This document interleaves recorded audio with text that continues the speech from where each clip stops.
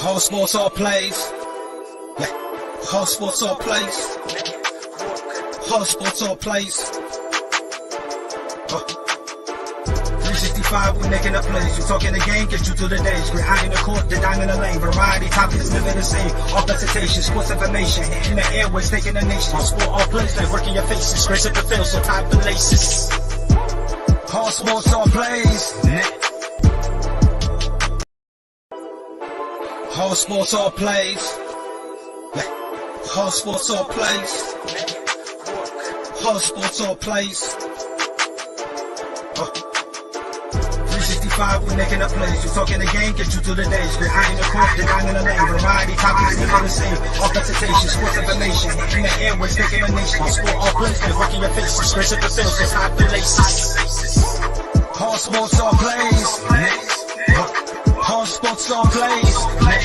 We on top of our game. Whole sports all plays. Whole sports all plays. All right. Welcome to the ASAP Afternoon Blitz. Good to be back.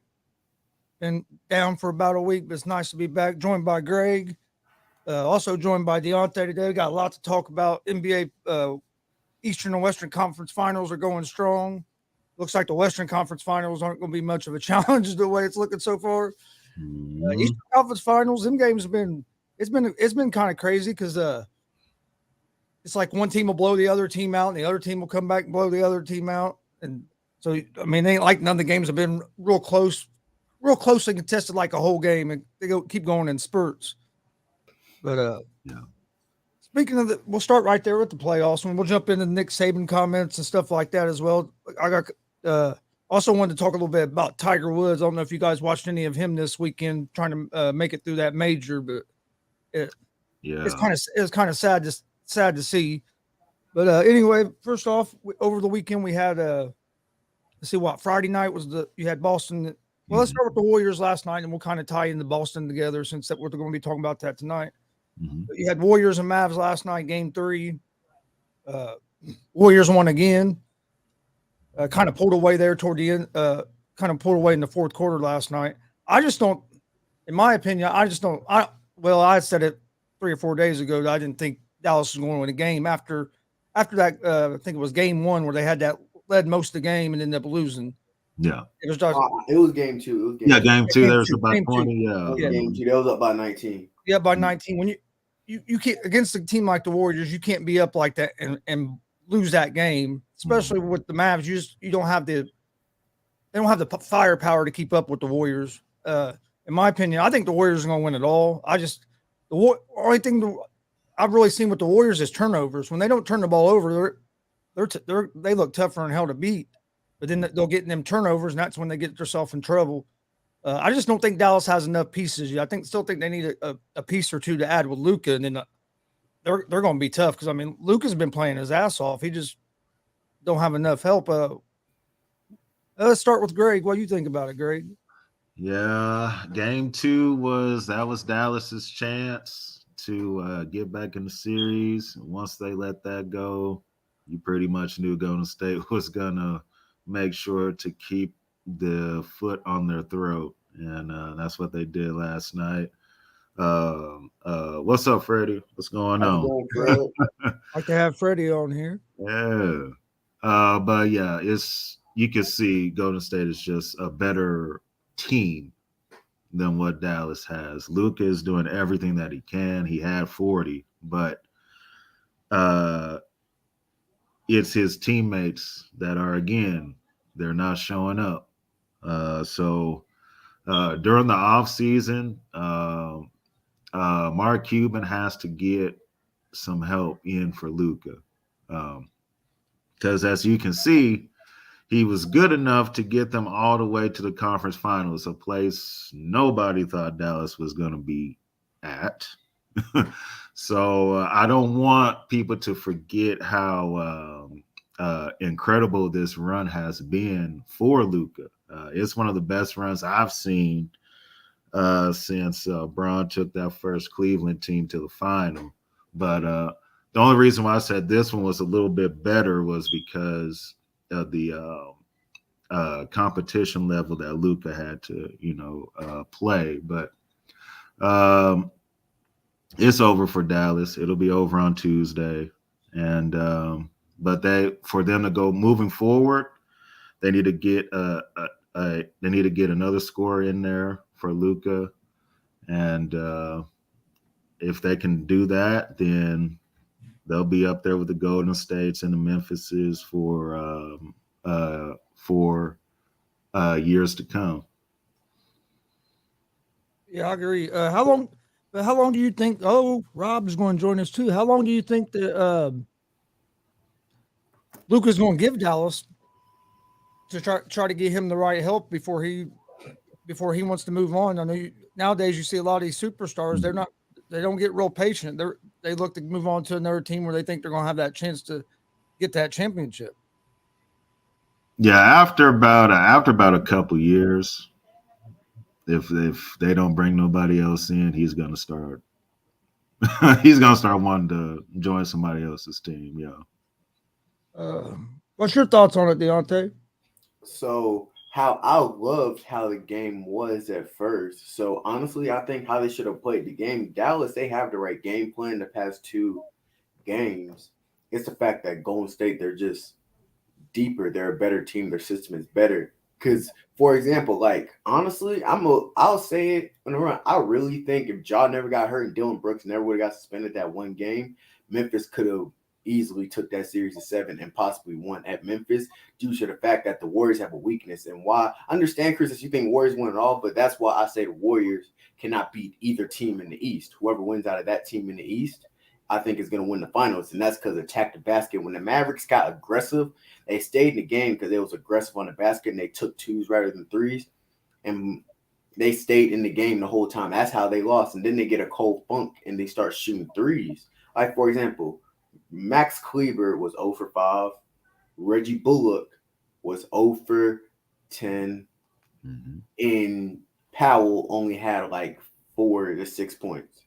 That's your starting 5. And if Luka and Brunson is the only people, there's only 3 people on that team that's legit scoring more. That's doing their part is having a good series. And it's Luka, Brunson, and Dinwiddie. But the rest, they can't do nothing. Golden State, they're just outmatched by them. And they're just a more talented team. They're just better. But also, if you told me if Luka was going to average basically 40 this whole series, I'll still say the same thing. So what's the other team's going to do? It was just Dallas had a great run. It was also mismatches too because Phoenix is an attack the basket 3-point dominant team, and the Jazz in the first round. So basically, it's honestly just the matchup in Golden State. And Mark Cuban also has to think of how is he going to do with this team because Jalen Brunson is going to want $20 million a year, and he deserves it. He had a great run, and he's a solid player. Dinwiddie's going to leave, but the question is, are you going to keep Jalen Brunson, give him that $20 million a year, and you build around Luka, Dinwiddie, and Brunson? Because honestly, what I would do, how I like I'll run a 3-guard system like they do in OKC with them. Yeah, I can see that. Yeah, 3 But guys. also, the problem is they need a low post game too. They don't have no low post game. So honestly, if they can, and it's going to be hard to get one because a low post man is expensive. But it's honestly like if they get a low post game, they can get dudes that legit will make their shots consistently. And I honestly think Kleber and Bullock are more bench players than starters. And when Tim Hardaway Jr. comes back, I think Dallas will be more of a scary team. But honestly, and also the system too, ISO ball isn't always going to win. They slow the pace down because they're one of the best teams in the ISO. Because Brunson can ISO Dinwiddie and Luka. If they need to make the offense more fluid. And honestly, the key to beat the Warriors are nice. They're going to put points on the board. But Clay has been struggling. Draymond's been struggling this series also, except for last game. He had a great game last game. Jordan Poole hasn't been the same guy. Honestly, it's been Curry and Kevon Looney been doing the work down there. And that's because they're attacking the basket due to the no low post and no rim protecting. So honestly, I really think Golden State, they're beatable due to the fact that Miami and Boston, they both can attack the basket and they can shoot. So I honestly think Golden State, they got this. I just think it's just a match. It's just a mismatch. It's a matchup nightmare. And the only team, and honestly, the conference finals last year was basically in the West. Was Phoenix and Dallas. Also, Golden State and Memphis were also the games. It was just mismatches. I think, for example, I think Phoenix will go against Golden State now. I honestly think Phoenix could beat Golden State. I just think the matchup with Phoenix, and plus they were red hot. Dallas. It's just a matchup nightmare. And how the NBA and the Western Conference always been set up is the mismatch. So you might not go play the best team, but the matchup is a matchup nightmare. So I think it's just a matchup nightmare. Luka can drop 40 and he still can't win. And they had a great run. It's a Cinderella run, so they shouldn't knock themselves out. So hopefully Dallas comes back next year. Jason Kidd did a great job. Luka had a great season. Jalen Brunson, Spencer Dinwiddie, all of them is having a good season. They just not match. It's similar to LeBron James in San Antonio that year in 2007. And when he went against Golden State in 2018. It's just he can't just do everything. He can get his 40 and still they're gonna lose. So great run by Mavericks, but I hope they can get a game out of it, but I believe it's gonna end on Tuesday.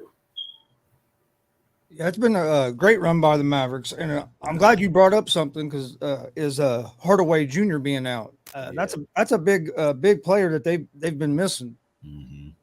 That's a guy that can score, put the ball on the floor. He can shoot. He's a very consistent person. That's 20 points off your bench. I mean, off your roster. So that's an automatic 20 from Hardaway. So and not even 20, he can give you 15 at least.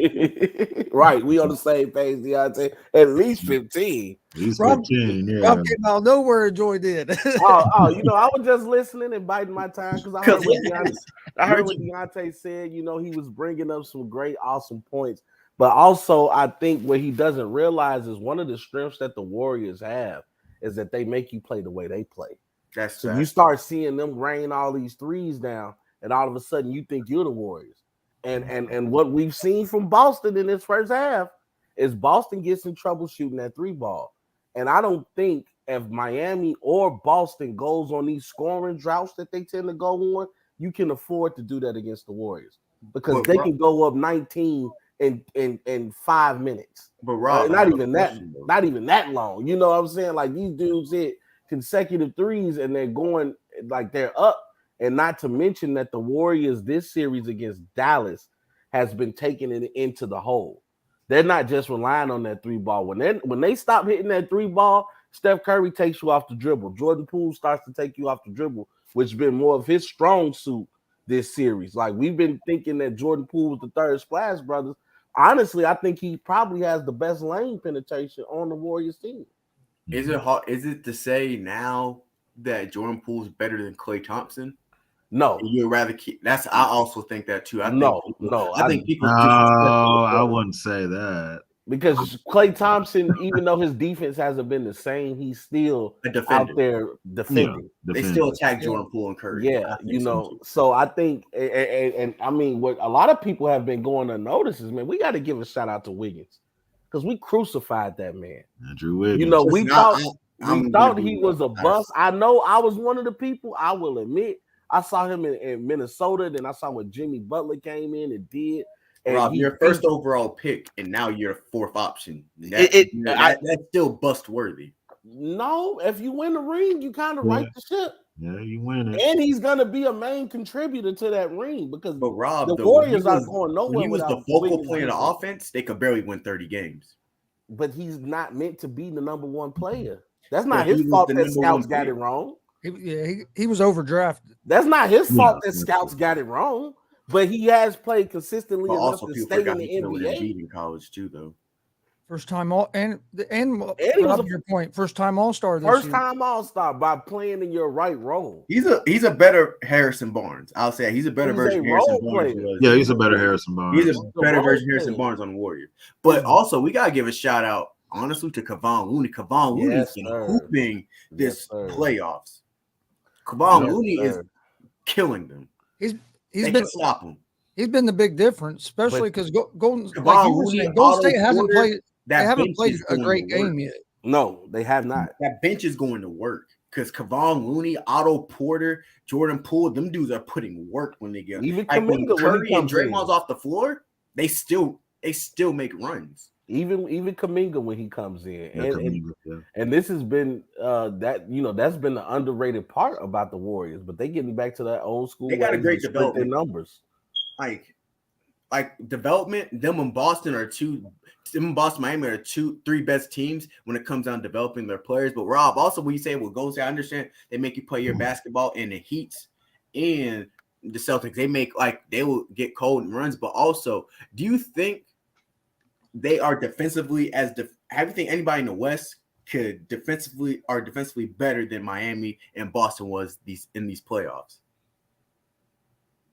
That's hard to say because Boston has played some outstanding defense. I feel like Philly, Miami has too though. But Miami played Philly and Philly beat themselves.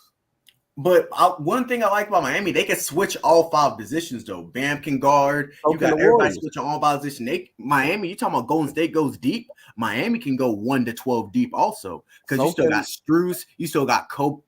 You still got Caleb Martin, you still got Duncan Robinson. When I don't know why they just don't play him sometimes. I guess he owes somebody money. You got Jimmy Bucket still. Jimmy Butler comes back. Jimmy Butler, I'll say it. Jimmy Butler proved to me that he's a superstar.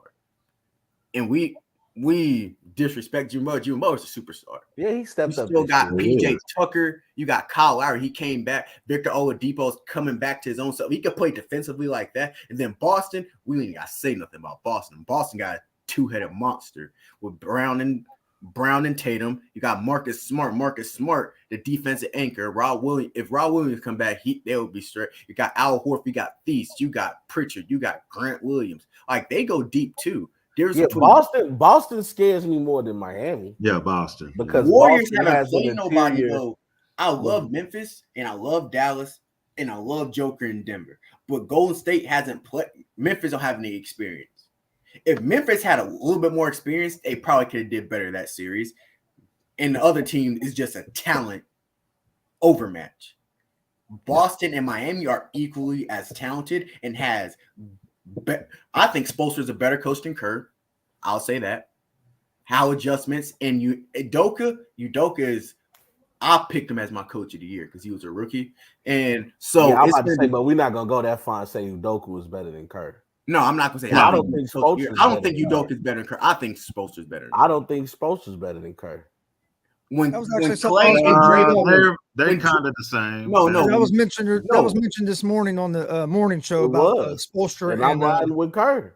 And Kerr. So I was actually going to bring that up to get your guys' thoughts. Because Kerr had different versions of the Warriors team and still had the same. But last year when Clay and Draymond was out, they were did the best he could. I don't care. You had Belichick back there. No, but I'm saying you have no personnel. But I'm saying there's nothing we talk about Spoelstra. Without Spoelstra, we said Miami Heat does not have a superstar for many years. Yeah. We didn't say Miami Heat. We didn't say Jimmy was a superstar. We didn't start saying it until this year. He took this team of mostly undrafted players, second round or late first round picks. They were never sought after. Victor Oladipo is the only guy I see on that team, and I think Kyle Lowry. I think Kyle Lowry was the top 10 pick. Victor Oladipo is the second pick coming out of Indiana. But everybody else are misfits, undrafted players in Spoelstra development, and he's coaching them up, and they're the number 1 seed. I understand. Curry is an outstanding coach, Hall of Fame coach. Golden State is one of the best dynasties that we've seen, and they changed basketball. How Kerr got Golden State is they changed basketball. I personally, Spoelstra, the setup, the adjustments, the defensive, like Spoelstra's a grimy coach. Like his team is gritty. Yeah, I like your points, but you also have to remember this: Mark Jackson got the Golden State that start. They got Golden State Warriors that start, but he could never get them over the hump. They were young though, and Curry had. It doesn't matter. They were young when Steve Kerr got them. Curry stayed hurt though. They literally won the following year. Let's be real. Curry was hurt most of his. They literally won the following year. Earlier in his career, Curry was hurt most of the time. Hey, and Kerr came in with his coaching staff. He came in with a Gar Forman, former Bulls defensive coach. He comes in with Mike Brown. He comes in with the great coaching. I don't want to hear about Mike Brown. Not Not to- games hey, we see Mike hey, Brown coach in Memphis. I don't want to hear nothing about They Mike won, Brown. right? One he No, lost no, by you 40. talking about that one game they lost by 50? Yeah, That's And okay. then the other That's game, okay. I'm not gonna put that on. I'm not They gonna should've put that lost on the Mike game. Brown. The Warriors didn't come ready. They overlooked. They was like, "Oh, this gonna be easy," and they forgot that Memphis went 20-5 without John Morant. Yeah. That was their problem. I like They Kerr. looked. They And saw not Ja defend was Kerr. gone. I just don't and- think he's better than Spoelstra. Man, Kerr came in, and like I said, he had two versions of the Warriors. He won without KD, and then KD came in and he fit him in. Let's be real. They won that one series because Kyrie and Kevin Love didn't play. It doesn't matter. I mean, that's gonna happen with a doesn't. lot of championships. How many championships can you look back at and be like, man, if Bro, this person LeBron wasn't had an hurt, all-time great series. If Kyrie or if Kevin Love was just there, not even Kyrie, if Kevin Love was just there, they would have won that series. Then when they was up 3-1 and they had the team of the probably the best. That was the best regular season team ever. yeah, And that's they the had one that blemish squad. on this record. LeBron To took me. it over and he had his full squad and they won. And That's they got that's Kevin his one Durant. blemish They to know me they because he couldn't beat shouldn't have gave LeBron up that James. 3-1 lead. That's why they got Kevin Durant because they shouldn't have couldn't beat gave up that LeBron 3-1 James in a lead. 7-game series. Yes, they could. They just had a blip. Why you think Draymond went to go beg for Durant? They know they couldn't beat LeBron in a 7-game series. I want to see this video footage of Draymond begging. Because I keep hearing people bring this up. And I'm like, unless you were in the parking lot with him, how do you know? Because he didn't look like he was begging Durant when he was calling him the B you're word telling me and that letting them Warriors know that team we then- don't need you. And was he not right? Because where's KD at and where's the Warriors? Kyrie. Yes. Come on, KD got a terrible situation in Brooklyn. And whose fault was that? It was a terrible. Who know Kyrie wasn't gonna just says whenever he feel like I don't want to play. Whose Nobody fault was that? He wanted to. He wanted wanted Steph. Kyrie. He wanted Kyrie. He wanted I to agree. leave Steph. But He wanted to go Kyrie play back with then his wasn't pal. like this though. He didn't know Kyrie was gonna be like this. Oh, I don't want to play. I don't know how. Yeah, Kyrie hasn't played more than 60 games. I've in never the met last couple of Kyrie in my years. life, be and I real. could have told you how Kyrie Kyrie wasn't was. These past 2 seasons, Kyrie wasn't playing was not due to Kyrie being hurt. The playoffs, it was because Kyrie being hurt. These past few seasons, it's because Kyrie just decides, oh, I don't want to play basketball. That's because it's not most of the time because Kyrie hurt. Yes, and then he didn't know James Harden will somehow love the strip club more than he loves basketball. You can't blame him on that. Hey, ask Lemon Pepper Lou. They got the Lemon wings. at Pepper the Lou. front. Lemon Pepper Lou. But we talking about Golden State. Everybody talking about Golden State this and that. Third. Where was Golden State? All these people talking about last year when everybody's like Curry's gonna do this. Curry, like I get it. Golden State's a great system. Don't get me wrong, it's a great system. But we're not just gonna sit here. Like first off, they couldn't beat LeBron James. If you're up 3-1 and you couldn't, like they got him because they couldn't beat LeBron. They really beat was him. confident beating him.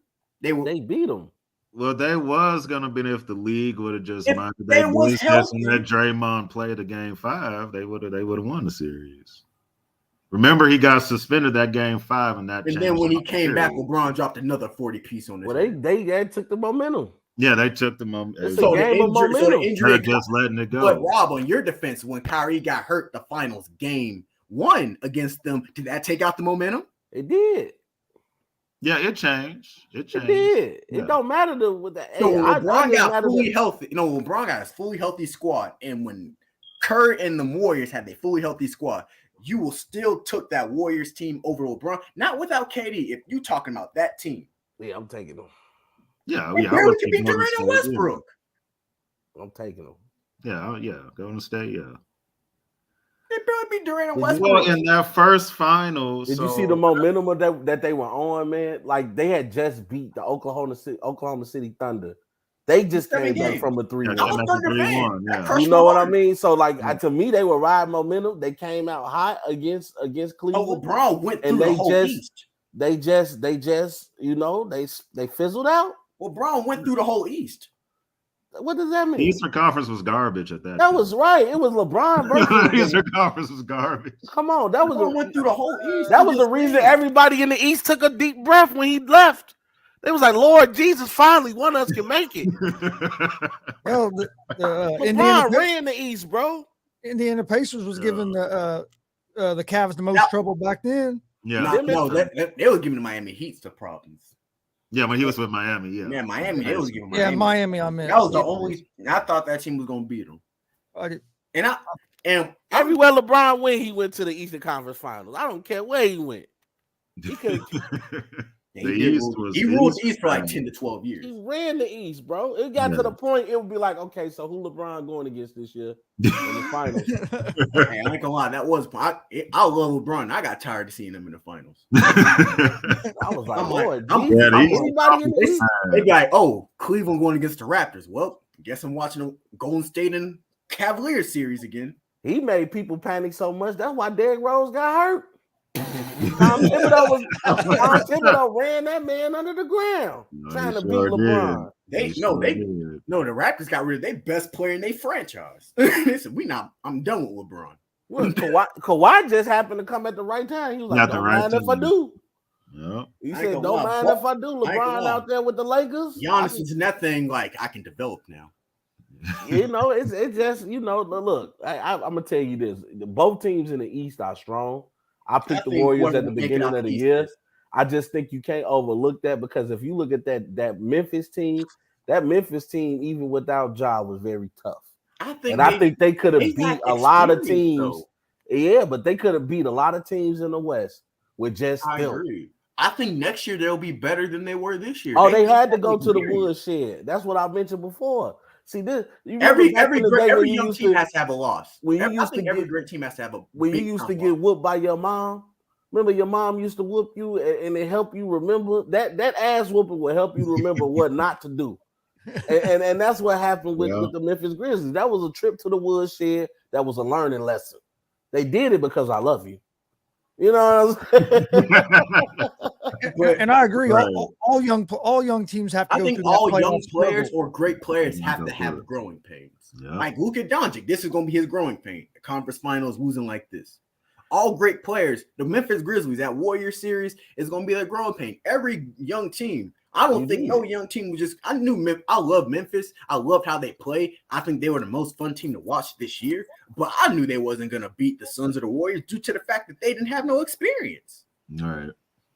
And Golden State is. I think next year they'll be more scarier than they are this year.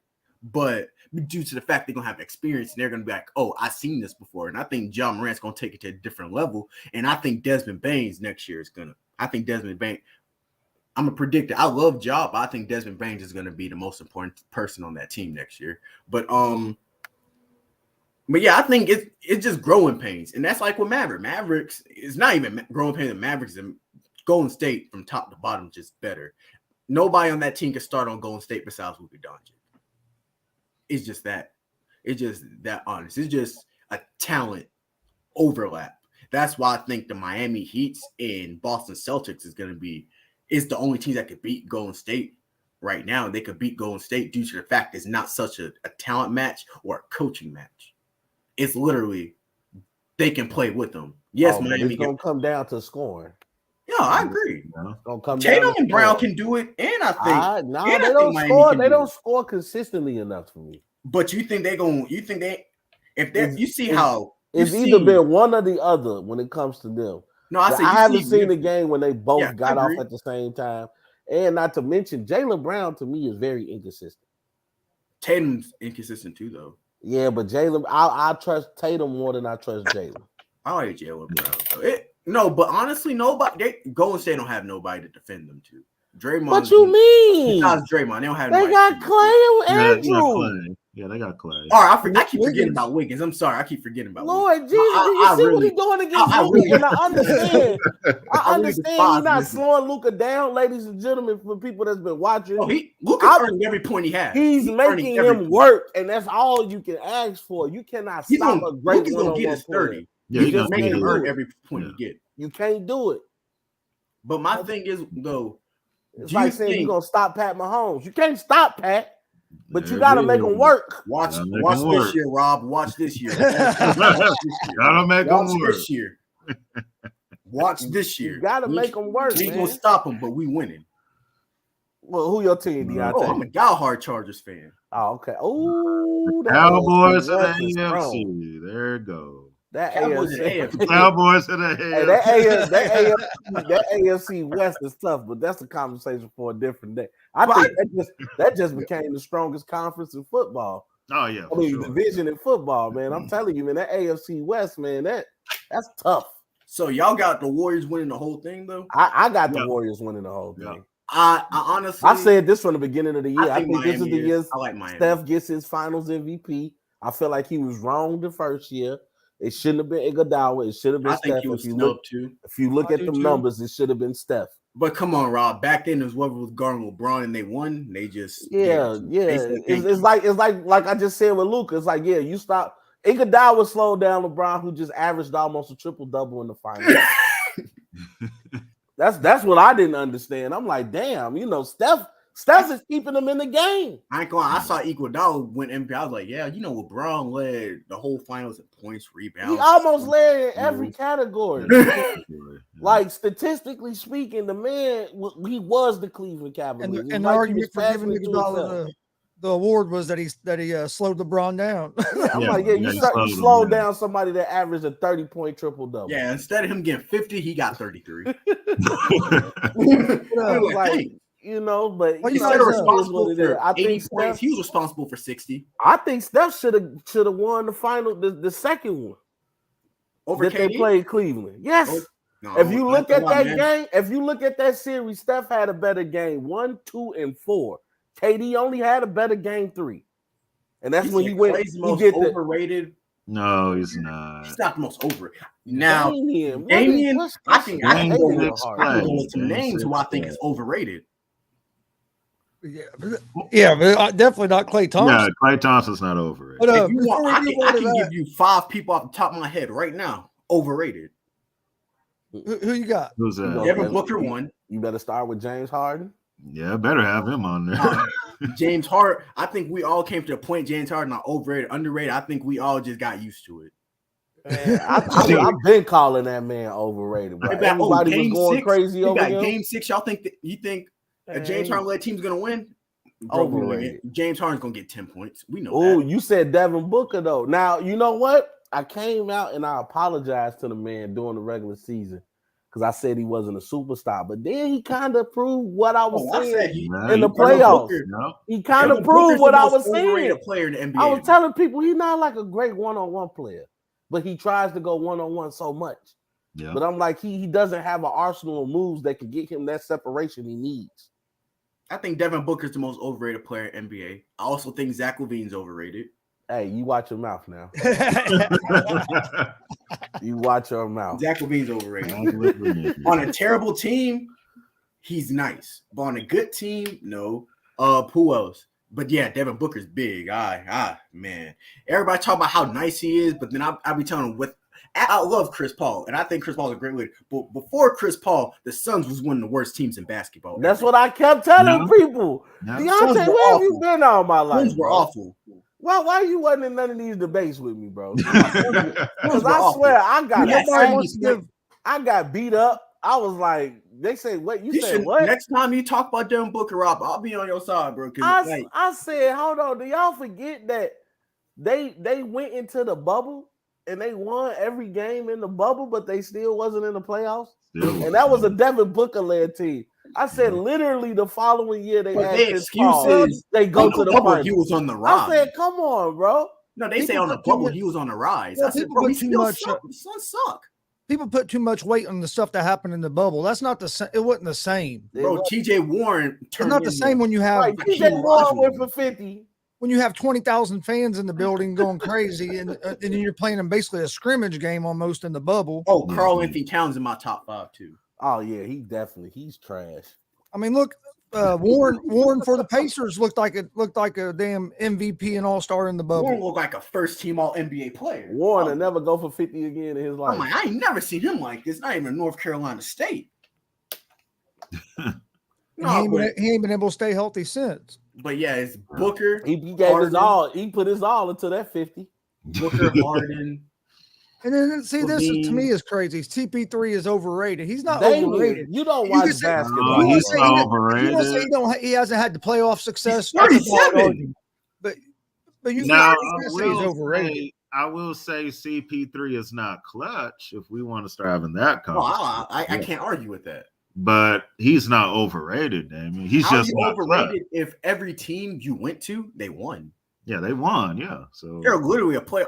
Chris Paul is a top 10 point guard ever. yes. Yeah. Look, the NBA vetoed a trade where he would have been going to the Lakers back in the Chris day. Paul is Yep. nice. Yeah, if he would have did that, he would have got his rings. He would have got his rings. But the biggest, most overrated, I think, is Devin Booker, James Harden, Zach LaVine, Karl Anthony Towns. Fifth is a tie. I love Kyrie, but how he doesn't play. If Kyrie plays, he's not overrated. Mm. When Kyrie plays, he's not overrated. I agree. I think my three overrated would be Booker, Karl Anthony Towns, Okay. and then I'd probably put Kyrie in there just because he don't play, like you said. And even back when he was playing with the Celtics, I mean, look, not saying they were a better team without him, but they played better without when he wasn't on the floor. Mm. Yeah, I they made definitely the conference final. I'll put As long as we got Devin Booker in agreement. Yeah, Devin Booker. Yeah, I said this before the Mavs series that Devin Booker was overrated. I was saying this back. he had a pretty in the good bubble regular and season. when he was complaining about not being an all-star and stuff. I'm like, yeah, He doesn't win. yeah. You win he 30 had a games. good regular season, especially when Chris Paul went down those couple of games, and that's what kind of opened my eyes to him of what the potential he could be. Rob, that's only 4 or 5 games. But I will. Yeah, I get you though. But it's 4 or 5 games that was important, especially during that time when Phoenix was building up that lead in the Western Conference. Damien, you sound false. Because if you really pay attention to it, I don't blame Devin Booker for that loss against the Mavs. I blame DeAndre Ayton. I blame Ayton. Yeah, DeAndre Ayton. Ayton has to take at least 75% of that blame. You know why? He had the biggest mismatch on the floor. I ain't gonna lie. Look what the Warriors are doing right now. They're out rebounding them by plenty. Hold on, Damien says, "Sorry if you can't win a championship and do good in the playoffs." You know, if Chris Paul never got hurt against the Rockets, they most likely would have won that series. They would have beat the Warriors, and I'm a Warriors fan. Oh, there we go. And I've always said that. I said if Chris Paul doesn't get hurt, James Harden makes a trip to the finals outside of OKC. Oh, can I put my coach? Can I put coach in top 5? Oh, Like, who overrated? who you Who's gonna put in there? Doc Rivers? I I knew it. Okay. I knew it. gotta put knew Doc it. Rivers. I think everybody knew what that was going to be. on there. Bro, that man, when he smells something under pressure, bro, he folds. Yeah, he that's likes true. to throw his team under the bus. That so. man's he throws he be like this. Yeah, I don't know why so and so didn't play well. Motherfucker, you did like dude. You the coach. Like I'm like, bro, you don't run no plays. And he'll throw his players under the bus. Yeah, Like, All the time. Ben Simmons played awful. Yeah, we agree. We know that's our test. He played awful, but we seen what you did at that coaching. And this is my thing. Like, this is how I felt about the Suns. This is how I felt about last year with the Sixers. Like, if somebody has a bad game, like a great player has a bad game, we just forget all other people. Like the Suns this year. I think the Suns after that Mavericks loss, we forgot Devin Booker didn't score. Only had like 2 points first half. We forget that DeAndre Ayton played awful. I'm glad he got benched though. I think that whole squad He was supposed to get benched. yeah, that whole lineup should have been benched. I was pissed off because now, first of all, I picked the Mavericks to win. I picked the Suns to win the whole thing. How you think Nobody, and Chris and Greg can attest to this. I picked the Mavericks to win. Yeah, I said they're gonna win this series. Mm-hmm. And I'm like, the reason it's gonna be is because DeAndre Ayton is not taking advantage of his mismatches. Facebook user says Booker is the bigger star. Ayton not the might be Ayton. Right, Ayton that did the KD on Facebook.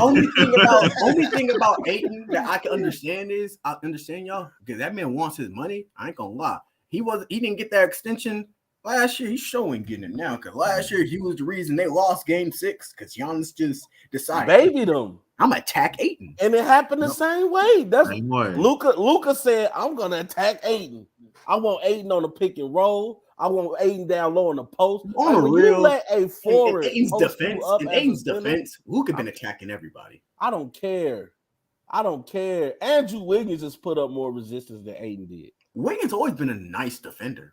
He's always been nice defending, though. I just don't. It's always been his offensive game and his heart. What do you guys think about this Celtics and Heat game tonight? You're going to be right now. Looks like there could be quite a few players out. There's a lot of them probable. I know the only one that's been listed as out so far is Tyler Hero is going to be out for the Heat. I had Heat in 6 before the series. I'm probably going to say Celtics in 7. Celtics, but I'm not going to lie, guys. 6, I put some money on the Heat, so I got to stick with my pick. I picked the Celtics from the get go, and I still I like think the Celtics are the most battle tested in the playoffs right now. Yeah, I think so, due to the fact them dudes they really beat the top 2 best players in basketball. I did hit a nice parlay last night on that Warriors game. I had Steph Curry over 4 threes. I did too. I had Steph Curry. I had Luka over 35. over 4 threes, pull over 1.5, and I had Doncic over 35. And somebody else over on threes. I picked 4 players over threes, and I hit it. A $10 bet won $100. I was like, hell yeah! But I got a question. I know I've been gone for a minute because I've been doing my finals and stuff for school. So I want to ask y'all this: who has been playing the best in the playoffs?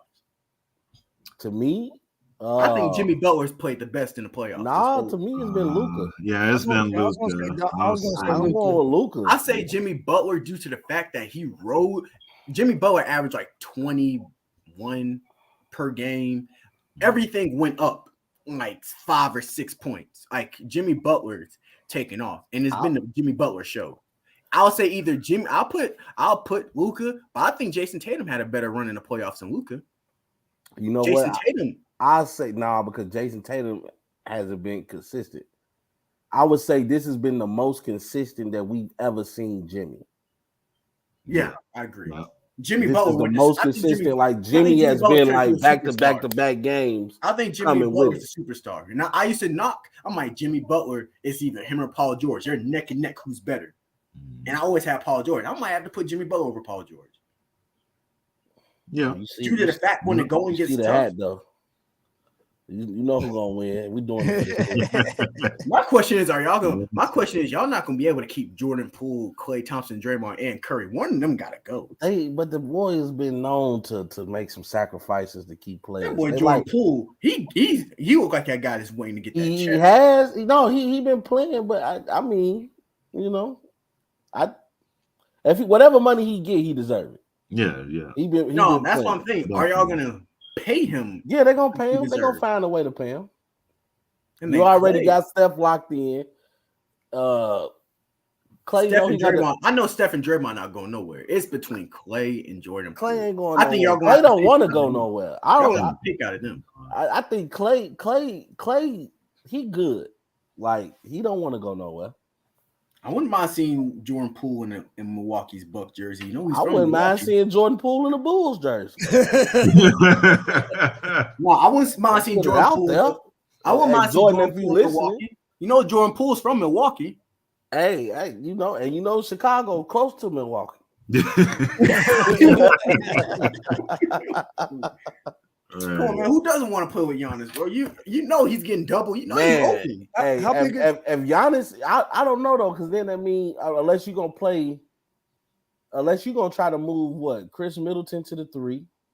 I think they'll move Middleton. And you're gonna have Jordan as the off guard, Drew Holiday as your point. Yeah, you got Giannis at the 4. I want Middleton at the 3. I think they can run small ball with Giannis. Now I don't get me wrong. With that defense out there, you can definitely make some noise. I think Jordan Poole will give y'all the scoring that y'all missing. Honestly, Milwaukee missing a lot of scoring. Lillard wants to play with Giannis. You think it would have been a different? How much of a difference you think it would have made if Middleton wouldn't have been out in that series? Oh, they would have made a hell of a difference. They would have won that series in 6. Hell of a difference because now you got 25 points back. I think healthy, the Bucks is the best team in the playoffs. Then you got to also understand Middleton is the closer. Yeah. And Giannis was still closing. Like Giannis not that much of a closer because the paint gets that much tighter in the fourth quarter. It's like the Luka Doncic thing up in. It's like Luka Doncic up in Dallas. Like Giannis was giving you everything he had. Yeah. Giannis still broke record. Giannis literally had 40 points and 20 rebounds. Yeah, the Right. Bucks lose, And people tried to say Giannis didn't do enough. Not this year. Man, people kept trying to say Giannis didn't do enough. Like, what can he do? I pulled out the Tyree clip. I said, "What more do you want from me?" That man Giannis did everything he could. The man was shooting free throws, 3-point shots. I mean, running over people. I was like, yes, that's what you're supposed to do. Since the finals. That's what you're supposed to do. Grayson Allen couldn't give you nothing. I love Bobby Portis. He couldn't. Brooke Lopez ain't make it 3 until game 6. Well, you know, he had been dealing with that back. Yeah, the supporting cast wasn't giving Giannis anything. You can give somebody Giannis probably was telling him, bro, I just need the third person to get 15 or give me an efficient 15. I promise you we'll win this game. Or like Bullock last night. You look at Bullock. Bro, I bet you Luka was like, bro, you give me 2 threes. Hey, I ain't gonna lie to you. If I'm Luka, I'm fighting somebody in the locker room. Like, we gonna fight. I said the same thing, bro. We gotta fight. Like really? Like really? My thing with Luka is because everybody keep trying to say he overplayed last night. Nobody else would play. What did you want him to do? Brunson and Nobody else showed up. Like, how do you get players consistent? No, because I argue with my friend. I argue with my friend. He's like my best friend, my brother, and we have the worst argument because he always tell me in 100 chances out of 100, I'm picking Jason Tatum over Luka. I said Jason Tatum, he's just better. I said, what makes him better? He's like Luka. I'm like Luka. He's like Luka's always forcing these shots. I'm like, who does he play with? He ain't playing with nobody. Honestly, I think you could say that Tatum might be better than Luka is defensively. Defensively. That's the only thing you can hit the checkbox on. Jason Tatum literally has Jaylen Brown. I think Luka's better offensively than Jason Tatum. Oh yeah, I do like, too. He can just score. Like he just knows how to get. Luka does everything offensively. I'm telling you, I'm like Jason Tatum. You said this is his best year of his career, right? They say yes. I said Luka's averaging what Jason Tatum have is the best of his career. That guy. Like, Dustin. But Luka's a top 5 player in basketball. No, Tatum has potential to be. Tatum is top 10. I think Tatum top 7. Take 6 and 7. I think Tatum is 6 and 7. I think he's 6 and 7. My thing with Luka is, you know what I mean? He actually put his team in a position to win. And people not paying attention to that. He got the Mavericks so many open threes throughout this series. They've been missing literally open threes. Oh yeah, like, especially game 1 and game 2, man. They were wide open a bunch. Man, they need to apply the APB for Maxi Kleber. Where is the Kleber? Maxi Kleber, no. In Phoenix. No, Rob, I'm telling you, Rob and ASAP Sports, I am calling a petition that Reggie Bullock needs to get tested or something for drugs because I don't know. Hey, maybe he needs to go get that LASIK surgery like Winston did. I'm like, I get it. If he was running and he was 0 for 10, but Curry and all them boys in Golden State had at least like under their average, I'm like, okay, Bullock is doing something. No, he's just out there cooking. He's missing. I'm like, he's just doing cardio. But Steph Curry out there shooting threes and turning around and looking at dancing at folks. Yeah. Am I not great or what? I'm like, Bullock. I know Luke is thick in his head. Bullock and Kleber. If you get 1 and Bullock get 2 threes, bro, we're tied. I'll tell you what. Jordan Poole's got nasty with the ball in his hand too, man. He's making some guys look bad. Yeah, Jordan Poole out here yelling in Kleber ear and stuff. And I like the way he finishes at the rim. But like I said though, all jokes aside, I know Luka probably not a violent man, but as soon as we got in that locker room, I'm telling somebody square up. Because I'm not worried about you hitting me. You clearly can't hit nothing. No, I ain't gonna lie. If I was Luka, I literally would just pack my things and I would have just left. They wouldn't be able to say nothing to me. Only person that probably could talk to me is Brunson and Dinwiddie. Them? Bro, get out. How big a deal do you guys think it's going to be with no Tyler Hero tonight for the Heat? That's going to be a big deal. I mean, that's why Victor Oladipo is going to have to step up offensively for him. That's a big deal. But I pulled this up, Gonzo. I pulled this up. So Marcus Smart is questionable.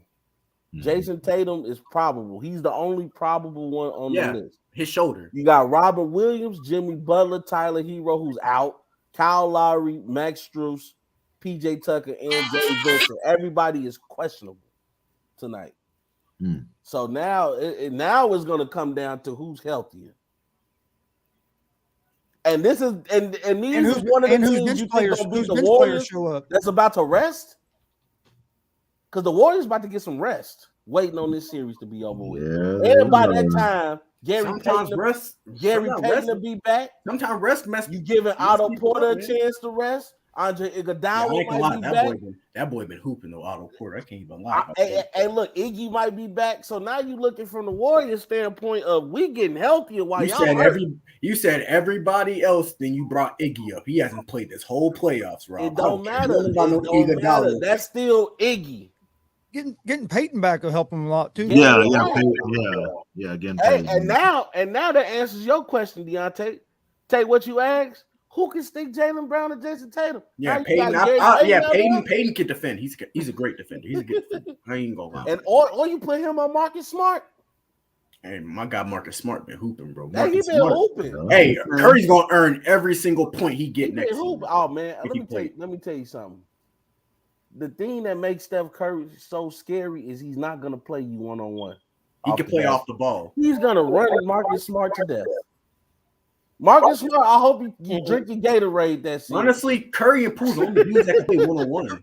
Curry reminds me of Reggie Miller, how Reggie Miller used to play, running around everywhere without the ball. No, let me ask Stack. Hey, Stack guy, who do you think is? We picked our most overrated players in basketball. You probably watched it. Who do you think is the most overrated player in the NBA? Most overrated player in the NBA? Oh, that's tough.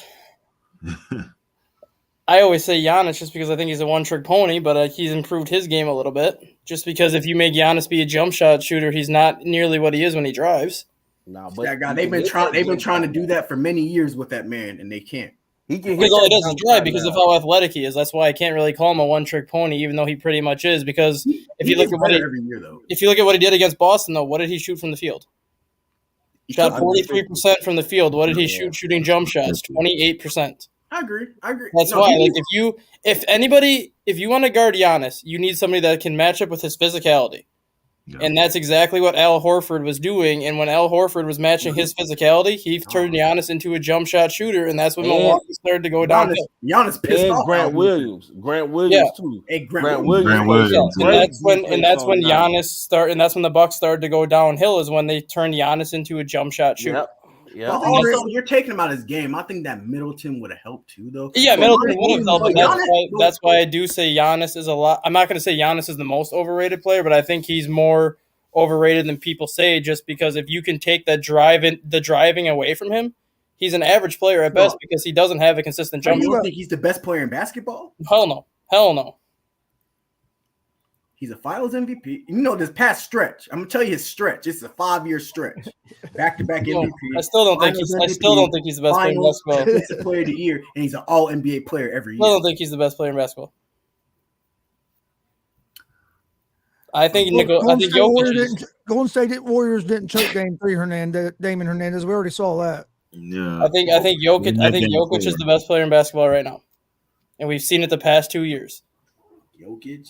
I like Joker. Okay. We've seen what Jokic has done the past 2 years. You take Jokic off the Denver Nuggets, they're a lottery team.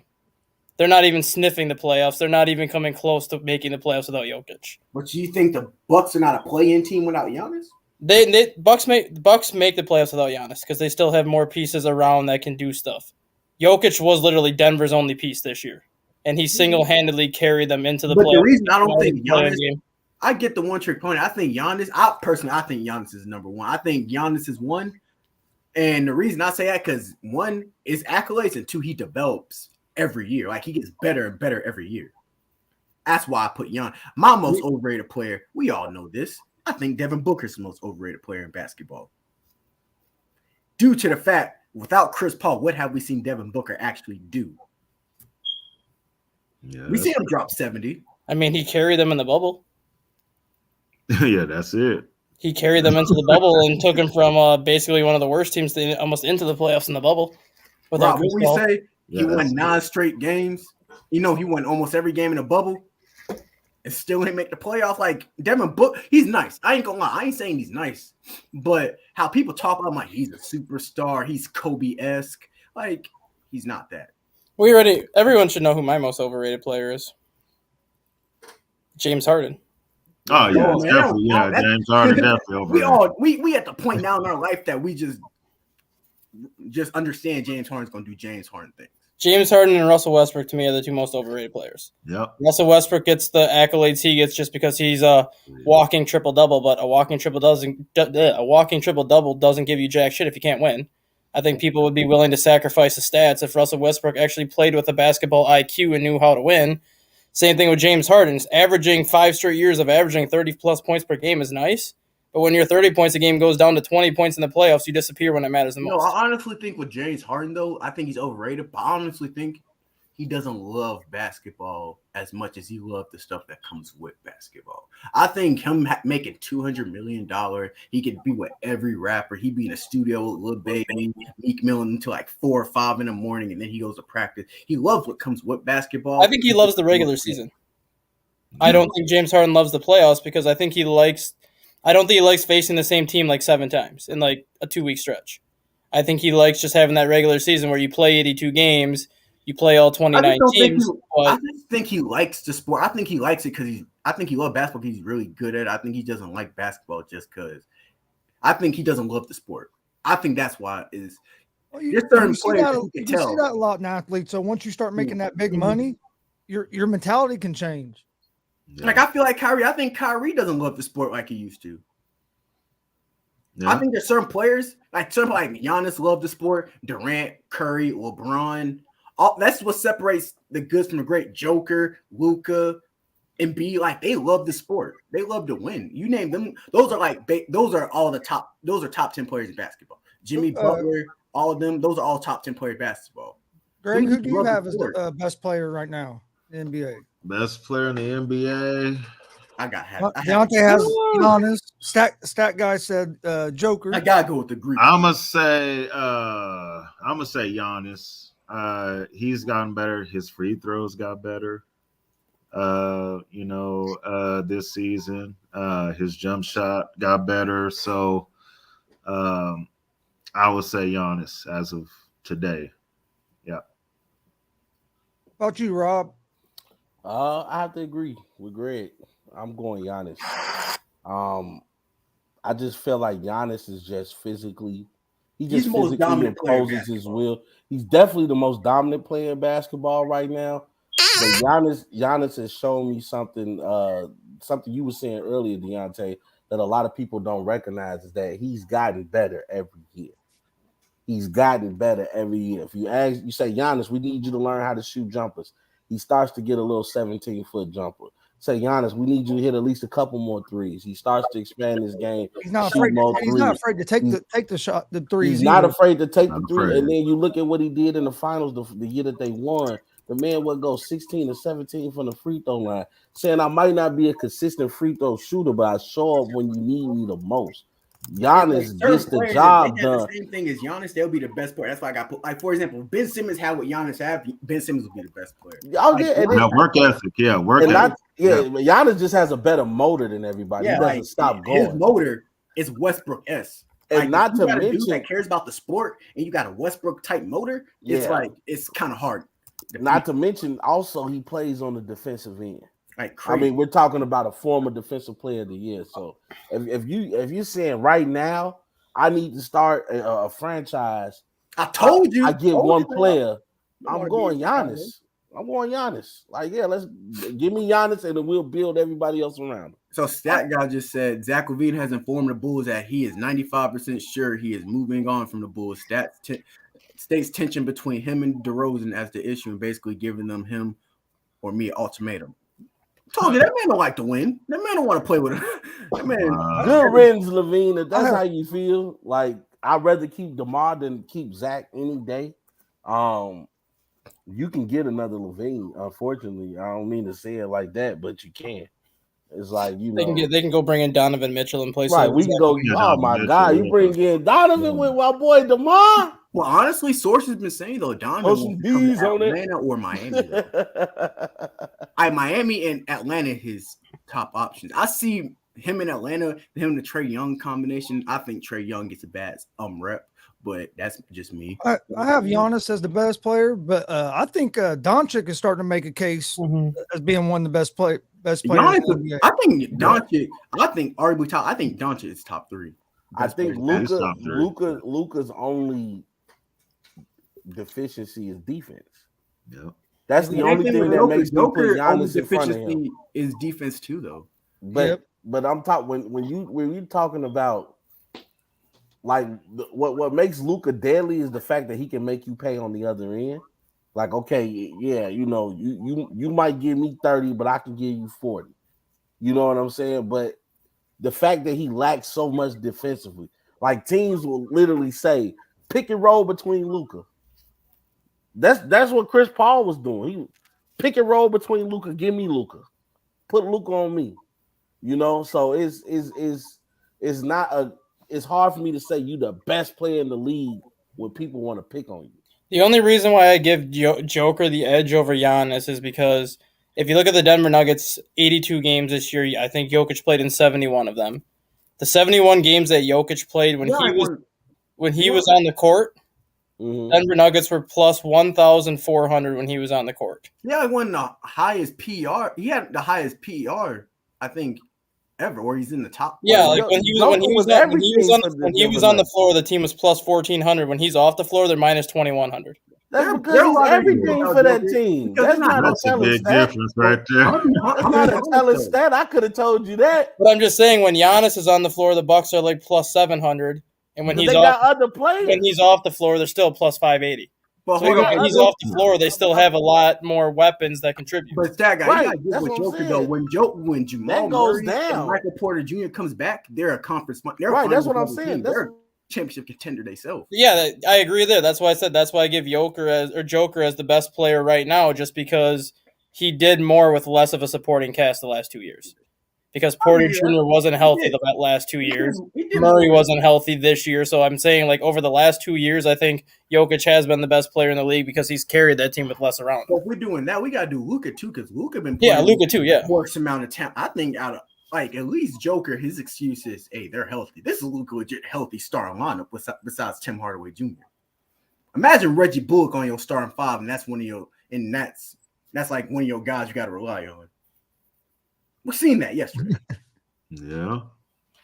Max Kleber in them guys. And I think they're solid players. I think they're role player, like coming off the bench type people. They're not. He got people that wouldn't start on most of the teams in the NBA.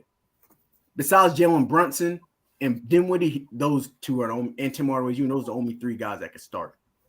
And one of them is hurt. Mm-hmm. That's how I feel about. But I get what you're saying about Joker. I think Joker, but honestly, you could do the Joker and Embiid debate is close too, though. That's why I can't put Joker up there, like at number 1, because there's still people that think Embiid is still better. Mm-hmm. There's a lot of people that think Embiid is better than Joker, and they'll rather take. The only reason I can see that argument is just the defense, just because Embiid actually plays defense. Yeah, he plays better defense. Embiid can score like crazy too, though. I like Embiid. If healthy Embiid, he's disgusting. Yeah. Without Levine, the Bulls are going to have to rebuild for another 10 years. I like DeRozan, but let's be real. No, they will not. They still have Lonzo Ball. They still have P. Will. They still have DeRozan. If they don't get Levine, I forgot to say that other dude, Ayo. He just made a first. Rookie. If they don't get Levine, they'll just go get Donovan Mitchell or another scoring shooting guard and put him in place of Zach Levine because, I think Donovan Mitchell will be a great. I think con man watching.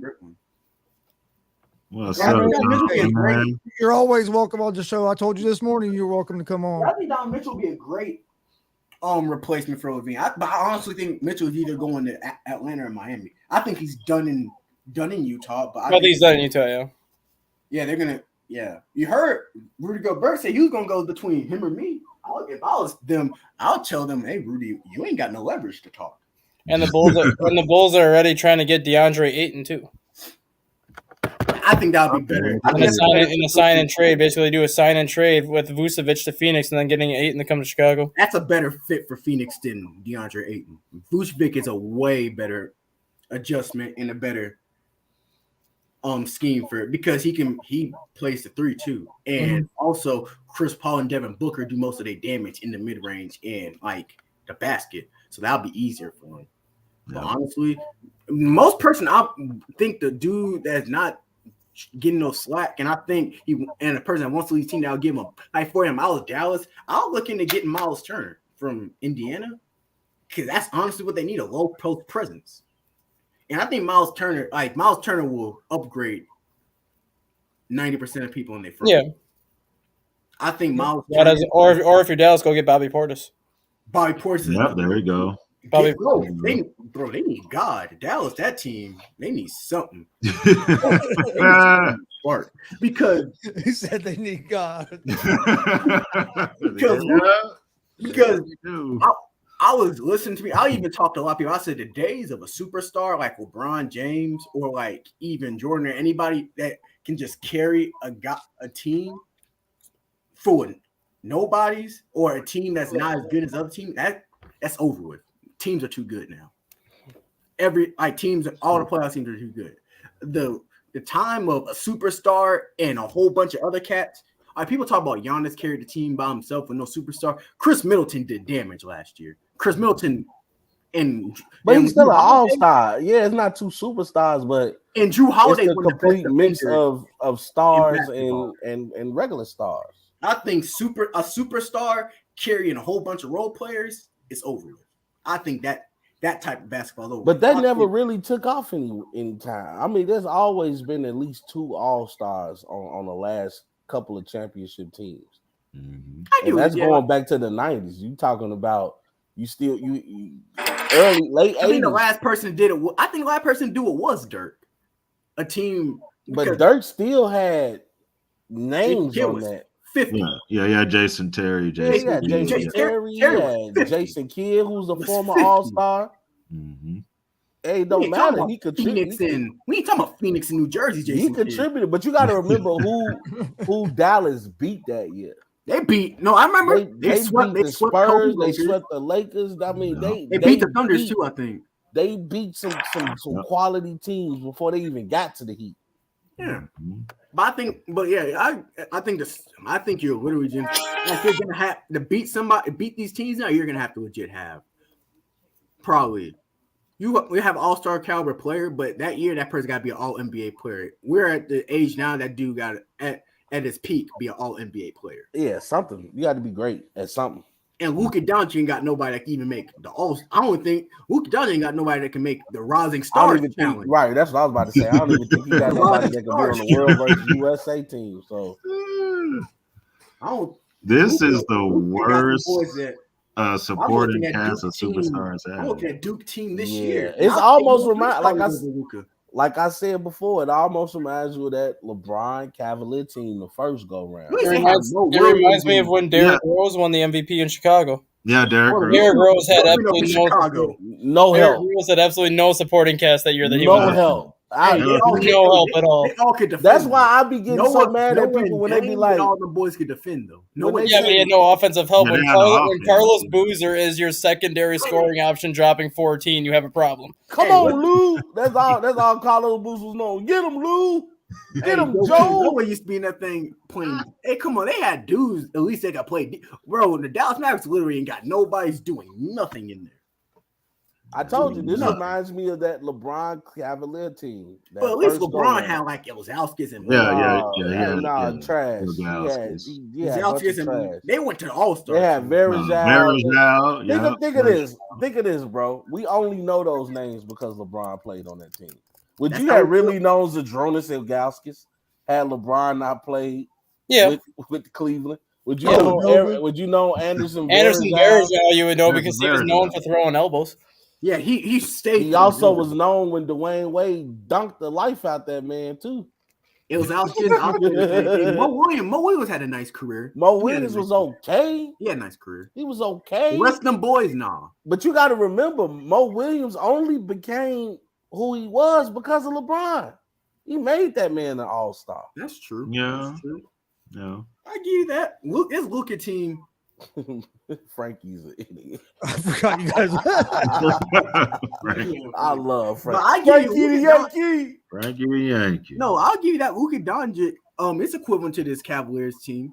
It With is, LeBron. man. Because I'll be tired in the morning, Frankie. No, also I work nights, Frankie. I'm sorry. I'll be asleep.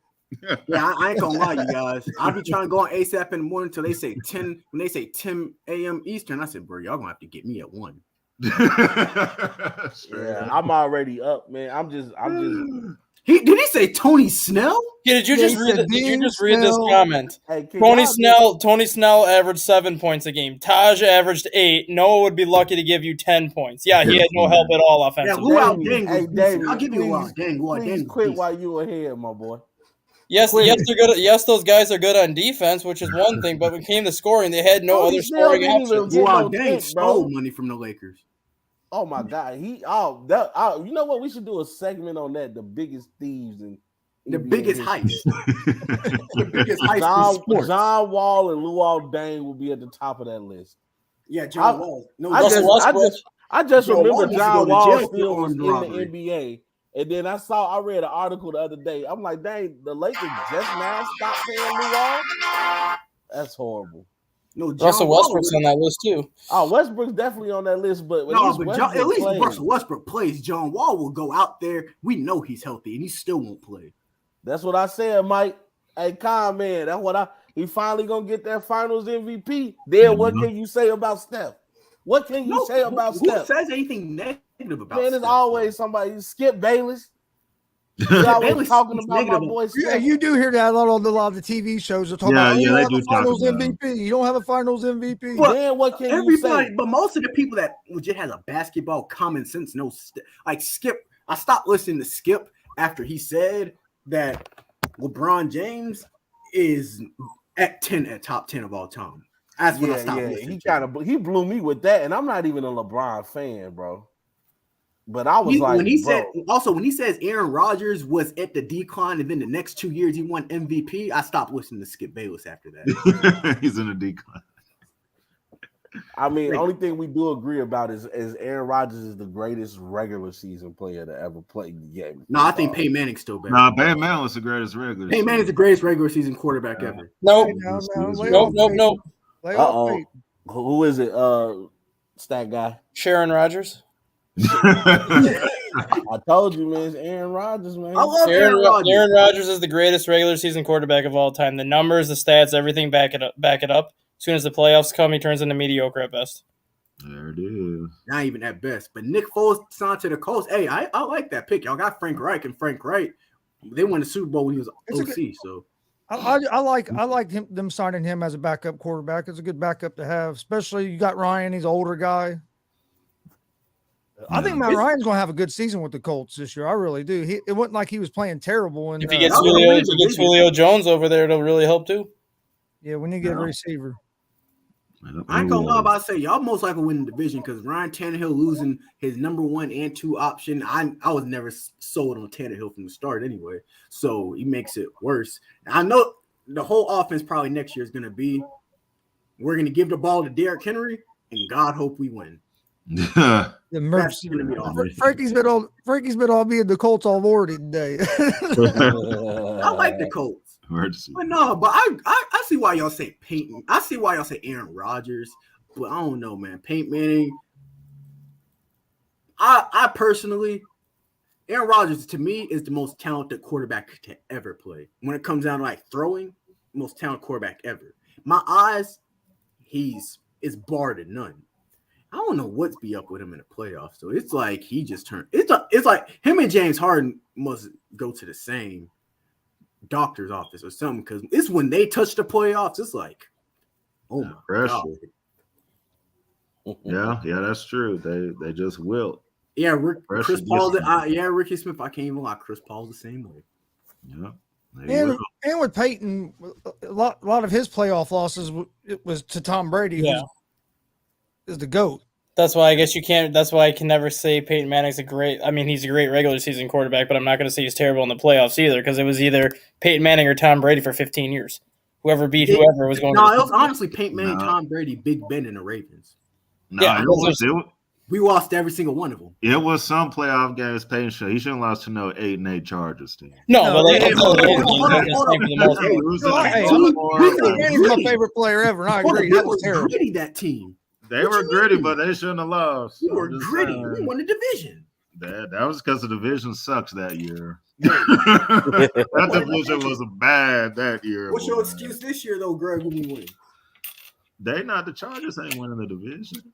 They like the Cowboys in the AFC. They gonna. What are y'all better than us than besides quarterback and tight end? Besides quarterback and tight end, what else are y'all better than us at? I just love hearing our defense gonna be cold. Just watch. Football. Yeah. Football is back, baby. 30 a game. Just watch. Football is back, baby. I'm starting to get that life. You know, I love when the league starts to change colors. In football, so it really don't matter all that much. My guy, and we all just admit that Tom Brady is going to add one more ring to his arsenal. Stop smoking, man. Yeah, he's not beating nobody in the AFC. Tom Brady. You heard it here now, folks. But you guys, I've been looking at this. I'm looking at a lot of people debate the Tampa Bay Buccaneers. Is Justin Herbert the top 5 quarterback? I have him 6. The Super Bowl. Huh? I have him 6. I have him just outside the top 5. I got him 5. Just because he hasn't played long enough yet to be put in that conversation. I can't do that. I'm biased. I'm a Chargers biased fan. Hold on, you say you got Justin Herbert as top 5 quarterback? I said there's a lot of people that think he's top 5. I personally think he is. So I think it's 1 Mahomes, 2 Rodgers. No, 1 Mahomes, 2 Rodgers. I gotta put Brady in there. I gotta put Stafford. In there, and then it's a tie between him and Burrow. What about Josh Allen? Right. Yeah, never mind. I forgot about Josh Allen. Right. I'm about to say he's top for 6. Yeah, Josh Allen's good. I have had Mahomes. So you Josh got Mahomes Allen, as number 1. My top 4. Unfortunately, yes. Is that in y'all order? Yeah, Mahomes. So Mahomes. You said Mahomes is better than Tom Brady right now. Yes. Tom Brady's old, man. So I got Brady Mahomes. I got Brady Mahomes. I hate to put Rodgers in my top 5. Allen's better than Rodgers right now. I think so. I have Mahomes as 1, Brady as 2, Allen as 3, Rodgers as 4. Those are top 3 for sure, though. Yeah. Brady, Mahomes, and Allen, those are the top 3 for sure. You know what, though? I just hate admitting Rodgers is, but we're going to see this year because he ain't got nobody to throw it to. Well, let's be real. We're going to see the same thing about Devontae Adams because we're talking about, Rodgers ain't got nobody to throw it. Let's be real. Everybody that leave Rodgers, bro, they're not the same player. But the difference is Devontae Adams has played with Derek Carr before. Yeah, when you played with him in college. You played with him in Fresno State. They was best friends in Fresno. They played together in the offseason before, too. I didn't know that. Because they live like right by each other in the offseason, so they work out together in the offseason. From California. That AFC West right now. Oh, it's going to be a fun division. Yeah, it's going to be real good. All 4 teams are getting in the playoffs. I can't wait. I can't wait. All 4 teams are getting in the playoffs. You got to say it in your Dave Chappelle voice. It's going to be a fight. It's going to be a fight. I think, honestly, we can win the number 1 seed. I don't want us to because historically, whoever gets the number 1 seed always lose first. So I don't want us to get the number 1 seed. So, nobody in the AFC West is going to get the number 1 seed. Because they're going to all lose 6 or 7 games because they're going to knock each other. Most likely, I think, honestly, most likely team to get the number 1 seed is probably Buffalo. Oh, yeah, I'll be on tomorrow. I think Buffalo gets the number 1 seed, yeah. Buffalo's the best team. Buffalo get it. How much of an impact do y'all think Russell Wilson will have on this Denver Broncos team? A lot, because they were 8-9 last year and missed the playoffs by 1 game with no quarterback. Talk your stuff there, Stat Guy. Talk your stuff. I hate the Broncos, but I have to admit, they literally only thing that need them to be a Super Bowl contender was a quarterback. Yeah, I think Broncos are going to be real good this year. Every team in the AFC West is a Super Bowl contender. Because they have 3 quarterbacks in that division is top 10 at least. They got the 3 top 10 quarterbacks in football. Mm-hmm. Derek Carr is arguably a top 10. Mm-hmm. Derek Carr is arguably the most clutch quarterback in football. He's a top 12. I think Derek Carr top 12. Yeah, he's top 12. Whoa. Derek Carr's not top 12. Derek Carr is a clutch quarter. Did I just come out his mouth? Have you seen his fourth quarter comebacks? Yeah, he leads the NFL in fourth quarter comebacks. And then what do you do in the playoffs? But sometimes you got to look at your eye do you do in the test, man. playoffs? What does your eye test? What does Derek the Carr's eyes a good Does say? your eye test tell you that Derek What Carr's does the the eyes most clutch say? quarterback? Yes. It's the eye test. No. Josh Allen is probably more clutch than Derek Carr, bro. Actually, the most clutch quarterback right now is Matt Stafford. But Yeah. I'll put Derek Carr in my I'll top put three. Josh Allen in front of him. Over Stafford? Over Derek Carr. Well, yeah, I would too. Oh, Josh Allen over there. Josh Allen's a better quarterback than Derek No, he's Carr. a better Yes, clutch quarterback too. I'd rather have He's Josh clutch. Allen. Did you not see the duel He's that clutch. him and He earned Mahomes it. was having? He earned it. They had a duel to the I think fight to you're the talking to a finish. guy that think Derek Carr's most underrated quarterback in football, though. I think he gets a bad rep. Him and He Kirk Cousins. does. Kirk Cousins and Derek Carr.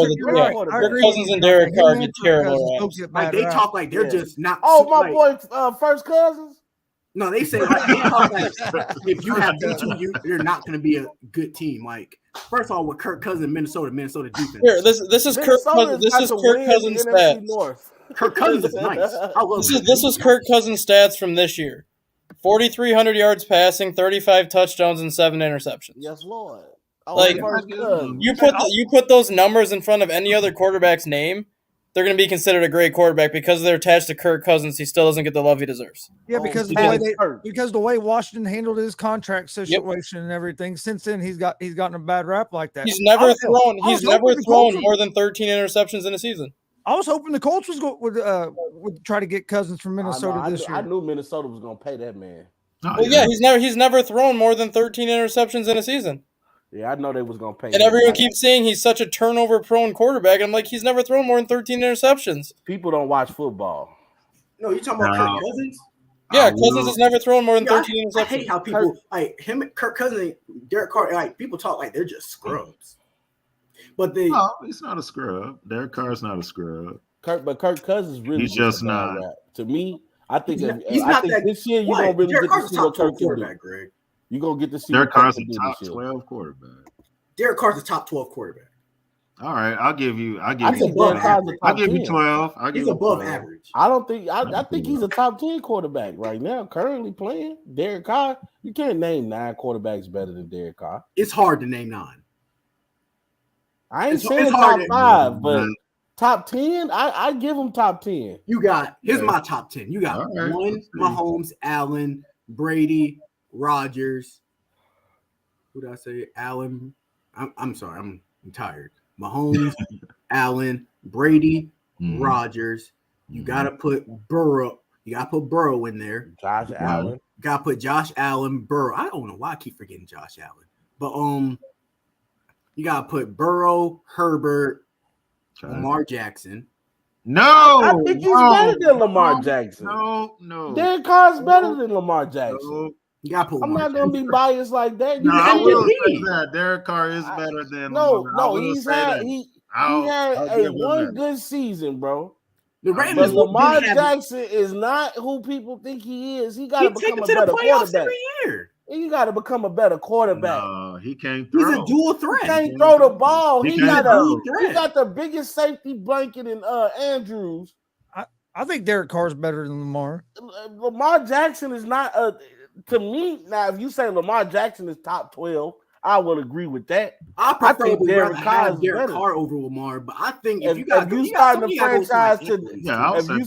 franchise today, you telling me you need a quarterback for your team. It depends on who. It depends on what system. You gonna pick Lamar Jackson over Derek Carr? It depends on what system I'm running. The only time I'm picking Lamar Jackson over Derek Carr is if I don't have no other receiver to throw it to.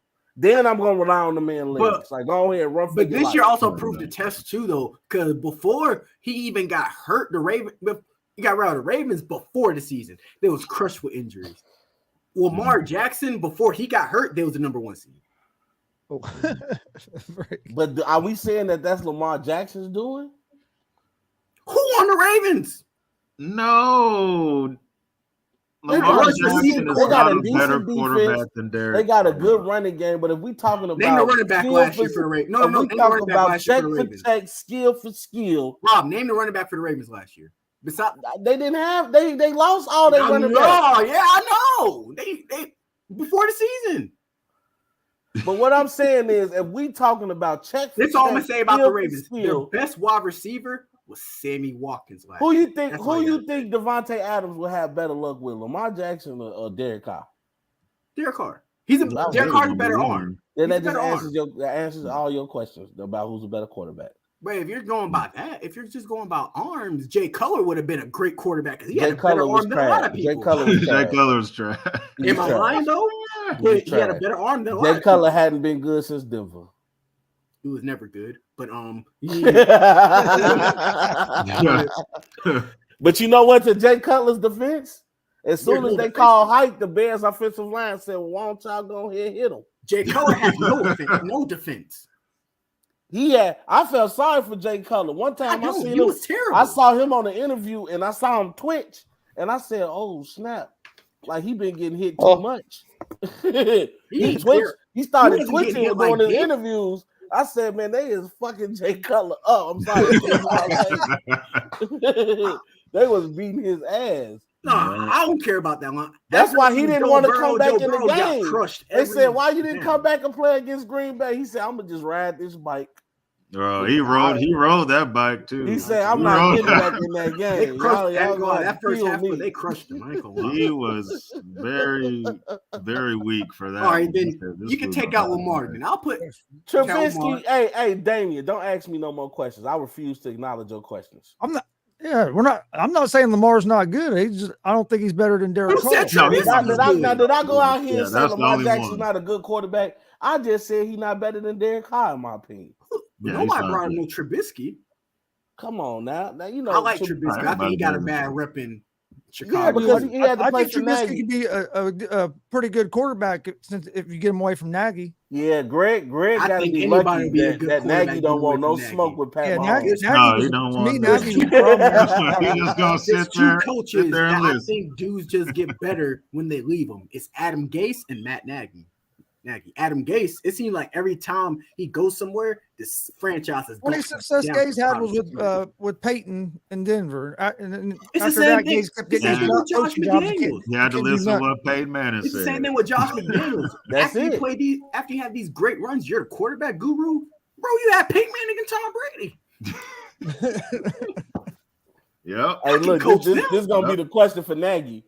Do you think you could have called any different calls for Pat Mahomes? He's gonna be like, yeah. That's it. Every answer gonna be yes. Did Pat Mahomes tell you to do? Yes. No, Matt Nagy. Andy Reid will make sure that.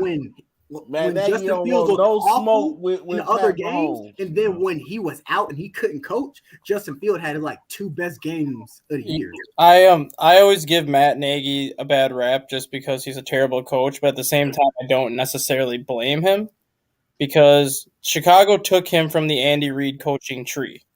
They expected him to come into Chicago and build an Andy Reid style offense that Kansas City had. And the problem was they didn't give him the weapons to do that. Not at all. They basically said, here's your quarterback, Mr. Trubisky. Figure it out. They didn't give him any of the receivers that Kansas City had. They didn't give him any of those game-breaking tight ends. They didn't give him any of the pieces that Kansas City had, and yet they still expected him to call plays and run an offense like he was in Kansas City, and it wasn't going to work. I hate but that. But I do blame Matt Nagy. I hate that coaching tree stuff in football. Even with that being said, and I understand you want me to come coach this way. The thing is, I am the actual coach of this team, so I'm not gonna make excuses for him. But he knows he comes in, he knows what personnel he has. So obviously, I can't coach like the way I want to coach. But that's because I don't have any personnel. Well, I think his biggest problem too is having immediate success. The year that he got there and they went 12-4 his first year. He probably thought that he had all the pieces to be a good head coach because they just went 12-4. Yeah. Had he gone like 6-11 or 6-10 that first year, and then 8-8 the second year, and then 8-8 the third year, then you would have probably seen a different Matt Nagy finally starting to realize, well, hey, I don't have the pieces here that I thought I had. His problem was he had immediate success. Even after going 8-8 the next 2 years, he still made the playoffs 2 times in his first 3 years. Yeah, the thing not too many Bears coaches can say that, so it's just like Hell, I'll go 500 or finish barely over 500. He was the best Bears coach. To me, he was the best Bears coach since Lovie Smith to me. Yeah, but even Lovie didn't get a fair shake. No, Lovie got a terrible shake. Yeah, that was Lovie wrong. went 10-6 and got fired. Got fired. Yeah, that was wrong. Same thing with Jim Caldwell in Detroit. Caldwell in Detroit. Yeah, he went 10-6 in Detroit. Brian Flores in Miami. Brian Flores in Miami. They won 7 straight games, and they went 8-9. And Tua can't throw. They went 9-8 Miami this year, I think. Oh, they're gonna find out because Tyreek Hill. I know. Bro, did you see that video? That Tyreek Hill. I know you wanted that money. Oh yeah, he underthrew Tyreek. I know you wanted that. I know you wanted that. I was laughing at that video, boy. I'm like, whoever is the Miami Dolphins social media manager, they need to get fired for putting that up because you're not supposed to disappoint your fans like that. Well, you know what? Tyreek wanted that money, and he better hope he enjoy every minute of that. I just don't get the purpose because him and Jalen Waddle's the same. Because he's not going to be the starter by the end of the year. Yeah, who, Tua? Yeah, Teddy Bridgewater will take over mid-season for Tua, and then Miami will figure out what to do after that. That's a hot take right there, stat guy. Tua can't throw past 50 yards. Right there, stat Tua guy. can't throw past 50 yards, though. So I don't think it's that hot of a take. Teddy Bridgewater has been successful. Teddy Bridgewater has been successful for the most part everywhere he's gone outside of Carolina. He's had success at every team he's been with. Before he tore his ACL, Minnesota was a playoff team. People considered him a championship team before he got hurt. Because Teddy Bridgewater knows he doesn't have the greatest arm, but he's also a game managing quarterback and knows not to make mistakes. So he will be able to figure out how to maximize Tyreek Hill without throwing the deep ball. He's a great backup quarterback. Yeah, Teddy Bridgewater's good. And people that's why he keep getting signed. People talk about Teddy. Teddy's a great backup quarterback. But my question is, who y'all think is the team that has the most concerned at quarterback though? The most concerned at quarterback? Miami, because Carolina's more concerned than Miami. Miami for one reason, because Brian Flores said he wanted Deshaun Watson for 2 years. And the owner said, no, we're not going to bring in Deshaun Watson because Tua is our guy. Well, guess what? You fired Brian Flores because he wanted Watson. You brought in this new head coach because Tua is your guy. If it doesn't work out with Tua right now, you're screwed.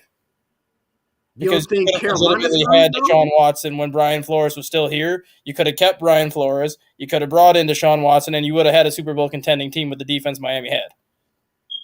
Yeah, you do got a point. I ain't thinking like true. that. What's going on, Freddie? Freddie. We're not talking about no Lakers or no Rams right now. Yo, what's up, Freddie? We're not talking about the Lakers or Rams. Cleveland's going to have trouble at quarterback if Deshaun Watson is suspended for any time. I don't, because they still got Baker. We're not talking about your quarterback, Aaron Stafford. That's why they haven't traded Baker, because they're not going to trade Baker until they find out what's going on with Deshaun Watson. And I think that's why you like Aaron? Got rid of Garoppolo. You like Aaron Stafford or Matt Rogers? How are you guys doing it? We're doing all right. You sound like you're talking to us from heaven. Why you say that? Your microphone is terrible again. Yeah, it's kind of echoing. Hey, just say hello, my son, for me.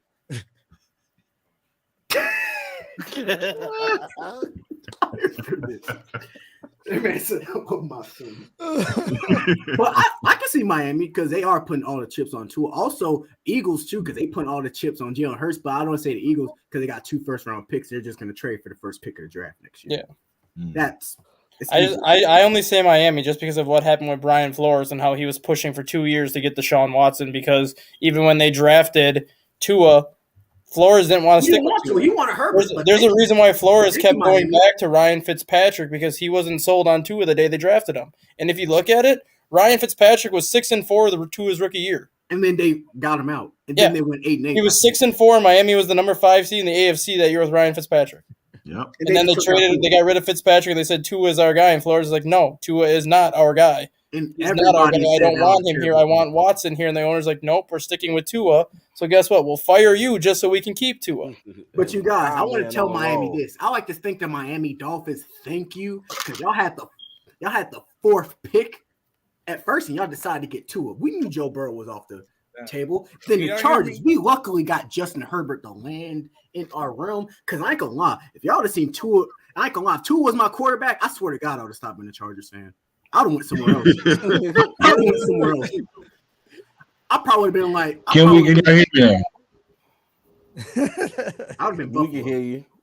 Yeah, we can hear you now. So what, I think- Chris? What are we talking about right now? Who has the most quarterback concern in the league right now? I'm just glad it's not the Bears because that's. I think Freddie's Oh. on the Giants too. You said what? The Giants? I can tell y'all who has the biggest concern right now. Y'all want me to tell you who it is? Green It's Bay Mr. Dakota Prescott. He has the most concern. He got paid That's a all great that one. money, had all that hype to do 75 all million this last and year. all that to bring the Cowboys back to glory days, but still be irrelevant when it matters. He put up big numbers, but guess what? It's He's when the always game like is that, out of reach. So Dak Freddie hates the Prescott. Cowboys. Oh my No, God. I'm saying Freddie hit that. I nigga like coffin. it, Freddie. No, Freddie You hit hate that the nigga Cowboys coffin. so much. Besides Tua, it has to be Dak because Dak got the highest one of the highest contracts in as a quarterback. The Cowboys got The basically problem they is got rid of Dak already Amari got Cooper. his $75 million. You can also say Daniel Jones though, because the Giants didn't pick Why? up Daniel Jones' 5th-year option. So what I are the think Giants' Daniel Jones plans did a after this bad year? route. I think Daniel Jones, that Giants line was just awful. And now they I'm gonna tell improved. you I this, think Daniel Dustin. Jones Why did you better. can't say Daniel Jones is because But also the New Cowboys, York that's not the worst. have not signing set on him the up Cowboys. in a great position. We've seen Facts. Jerry Jones go out there and make moves to see Dak Prescott be successful. He went out to get a Dak Prescott. He got a CD. Well, no, He I'm got not all- blaming Daniel Jones. I'm Look at just all blaming the these guys. Giants.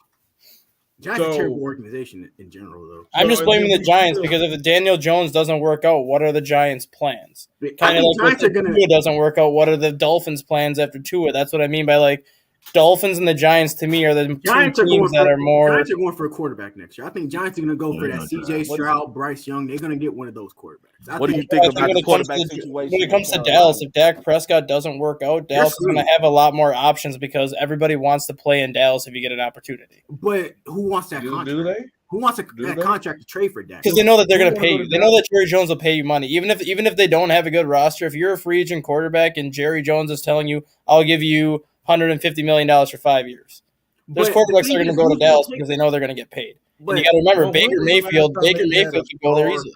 but who's When's going the to trade last for time Dak? they had though? a star player go to Dallas? And the only reason I say Dallas, not number one, because Dallas, honestly, Dak is not the worst contract on that team. Ezekiel No. Elliott is the worst contract. I think he is. No, Ezekiel Elliott by far has the worst contract. Yeah. This man I doesn't. don't think so. Ezekiel bro. Elliott is equivalent of basically somebody out there just running, doing nothing but blocking. You know why I don't think Ezekiel Elliott is the worst contract than Dak?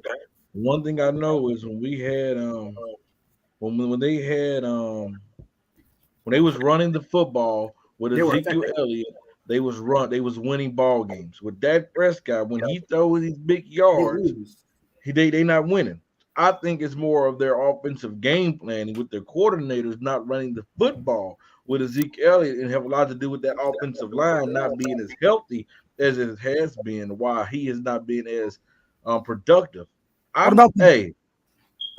What about the Jets? Do you think Zach Wilson's going to have a better season? I think so. I don't think Zach Wilson's that bad. I think Jets just the Jets. I think Zach Wilson's not that bad. My question is, if I was any of these quarterbacks, I'm not sold on Zach Wilson either. Yeah. if I was the Carolinas of the world, or if I would literally just go to get. I would just go get Jimmy Garoppolo. I'll literally trade for Carolina, Jimmy. I think they're banking on Matt Corral.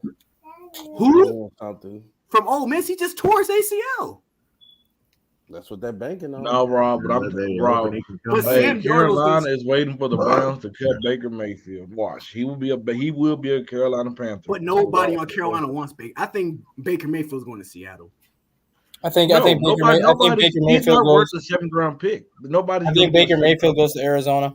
Yeah, I was gonna say that. Ooh. Because think if Arizona's Kyler gonna Murray, sign if Kyler Murray is really insistent on not playing until he gets that extension, Arizona just won't play Kyler, and they'll pull you the pay trigger to Kyler get Murray, Baker though? because Yes, sir. Cliff Kingsbury tried to get Baker Mayfield in college.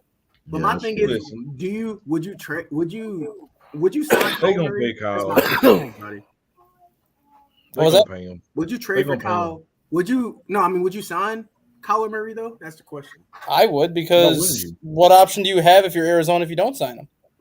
That's true. They gonna pay him. You just lost Christian Kirk, your number 2 option. You just lost DeAndre Hopkins for 6 games, who's your number 1. So right now, your number 1 receiver heading into next year is AJ Green, with Rondale Moore as your number 2. What option do you have if you don't re-sign Kyler Murray? You don't have another really good option, especially an option that's been in that system for 3 years. My only knock on Kyler Murray, honestly, is because because it's just because he's small, and when the further the season get along, he's gonna get hurt. He plays bad. Well, Kyler Murray, to me, it's not even that he's as small. A lot of times, it's just his body language over there. If you watch he's arrogant to me. He's arrogant. I watch a lot of Cardinals games because my son's a big Arizona Cardinals fan. And my brother's a Cardinals fan too. And if you watch a lot of games, a lot of times he don't even look like he wants to be there. No, he doesn't. I've been telling my son since he got that first contract that he was just going to play that contract and he was going to go play baseball. I wouldn't be surprised. But why would he want to play in Phoenix though? Can somebody tell me that? Why would he want to play there? Because are you talking Kyler or are you talking Kyler? There's no reason. I mean, there's no reason because they drafted him number 1. That's really the only reason. This is an organization that we've seen quarterbacks go there, and I mean they look relevant, but they don't really accomplish anything outside of Carson Palmer.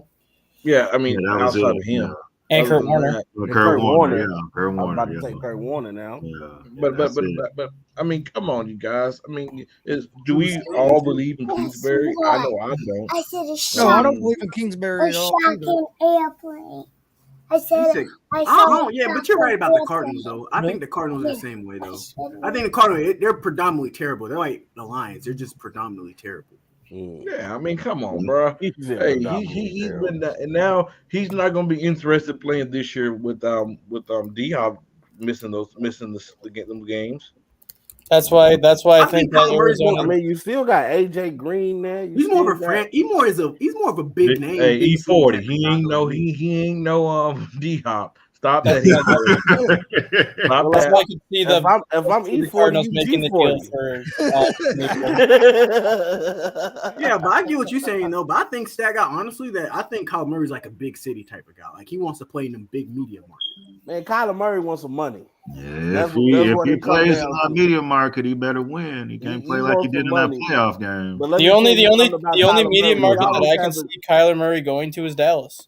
No, if Dallas moves on from Dak Prescott, have Kyler Murray go to Texas. Well, you know how tired I'll get here to Skip Bayless and Kyler Murray goes to Dallas. He doesn't. He do play good in Jerry's world. He doesn't. He loves Kyler Murray. You know he went to. Do you know what his record? Freddie, going even further than that. Do you know what Kyler Murray's record is in the state of Texas? He's undefeated, I think. He's 79-1 in the state of Texas as a quarterback with his only loss coming in the playoffs. Okay, hold on, y'all. I got something to say to Jerry Jones. Jerry, you want to be relevant? You want to win one of them bowls, one of them rings? You make that trade, make that call, sir. But nobody want Dak Prescott. That's what I'm telling you. You're not about to give up Dak Prescott. Not after you just paid him all that money. You got Dak Prescott's overrated. If you have a chance to go get a winner, guess what? You'll do it. You'll do it every time. How bad do you want it, Jerry Jones? Show me. You say Kenny Galladay? Kenny Galladay. I had to put it up there. Kenny Galladay. If Galladay. That was Galway, isn't it? Hey, Damien, you should credit. You know what? I'm gonna open the invitation to create a show here in the A7 Network. It's called The Trolls because you're a troll. That's all you are. Oh, he gonna owe me an apology. We got to bet. Have Gilbert Arenas. We got a bet right now on. I heard that bet from Unscripted the other night. Yeah, on Unscripted. I was a guest on Jay's show, and what's Damien, if the Mavericks lose this series, which we're about to see them get swept, he has to come on the show formally on Unscripted. He has to issue me a personal apology. I don't think Dallas. I don't think Golden State gonna win though. I really don't. Oh, you don't think they're gonna beat Dallas? Yeah, Freddie, you on? No, I think Dallas is gonna win. They're gonna come back from 3 games to 9. Are you talking about the next game or the series? The series. Oh, yeah, they wow. do. Luka Magic is not dead yet. When they beat Dallas, don't go switching to Boston or Miami, okay? Oh no, I'll never roll with Boston. Hey, I'm a Lakers fan until I die. I'll never roll with them. I believe purple and gold. You know you was riding with Miami when LeBron played with interesting Juwan Howard. You know you was riding with I'm my glad we didn't get him. Juwan We don't want him Howard turned slapping no other man. Juwan Why Howard turned the would Lakers down want as Mr. Howard on our team? So he go out and slap somebody. Why would we want him? We don't want him. No. Juwan Howard's a hell of a coach. Man, Juwan Howard wanted to play with his son. I mean, coach his son. Yeah, Bro. That's all he wanted. So why would he pass up opportunity to go coach his sons to join a Lakers team with an aging LeBron, an AD that's not? Yeah, y'all. I ain't gonna lie. Y'all ain't gonna be a championship team for a minute. No, it's gonna be a long. Deontay, who's your basketball team, sir? I'm not gonna discuss this. I've been realized our team was terrible. Who's your basketball team, sir? Oh, I'm a Thunders fan. Oh, okay. Durant and Westbrook. Until your team be relevant, then come talk to me, sir. I mean, we got the Chris second, Paul. 12th, and we got the second and 12th. We got 3 first-round picks this year. Hey, And we got Josh Giddey, Shea Gilgeous-Alexander. We got a little squad. But what you gonna do? This draft is nothing to be excited about. Y'all got. I like Paulo Banchero. I like Paulo Banchero. Banchero. Banchero. What Jay Ness like to call him, Payola. When Payola is off the market, there's nobody else, and he's the first pick is going to be Chet Holmgren. You think so? I'm okay with that. And we're the second pick. Chet Holmgren's going to be a bust. Chet Holmgren should not be the number 1 pick. If I'm the Magic, I'm going to pick Banchero. Yeah, Banchero's the only solid. Nah, the dude from Auburn too, Jabari Smith. He's nice too. Yeah, but I'm talking about what the Magic need. Hey, I got some breaking news. I'll be Chet Holmgren. I got some breaking news. Y'all keep your eyes out for this. At the NBA compound, Rob Pelinka, the Lakers general manager, met with Sean Marks. Man, nobody care about no Rob Pelinka. I don't know what's going on there, but we don't just talk just to be talking. I mean, hell, if we want to see what the weather is like in Brooklyn, we'll pick up the phone and call them. But just watch so you out. think Kyrie coming? You think Kyrie want to play back with LeBron? So y'all gonna trade Kyrie for Westbrook? Oh, of course he do. Also, So are you predicting Westbrook and KD reunites? KD in the field. I ain't gonna lie. I think KD will like that. I think KD will like that more than playing with Kyrie. I tell you this right now: if KD and Russell Westbrook, if they reunite, Westbrook is gonna make the Los Angeles Lakers sorry for getting rid of him. Oh, please. That's the hottest take y'all gonna ever hear on this show. I tell you right now, if KD and Russell Westbrook reunite, that's the type of player Westbrook needs to play. I promise you, he averages a triple-double again. Rob, the day and they gonna win. Do it. And Brooklyn gonna win. Now, I ain't saying they're gonna win it all. They gonna make it. Don't go back to Russell Westbrook, KD. The day Russell Westbrook is traded. Going back to Russ. Don't do it. The day that I'm going to celebrate is the day that I might come on the show drunk. I might come on the show drunk. Yeah, at least Russell Westbrook. I ain't gonna lie. At least Russell Westbrook plays, Greg.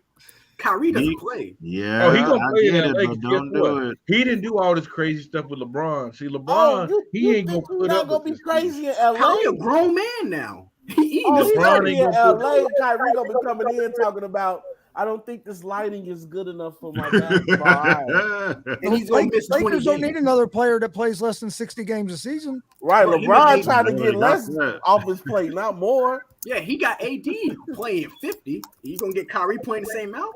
And AD plays 50 on a good season. Kyrie hasn't played more than 65 the last 8 seasons? No, the last 8 seasons, he hasn't played more than 65. And I like Kyrie. I think Kyrie's nice.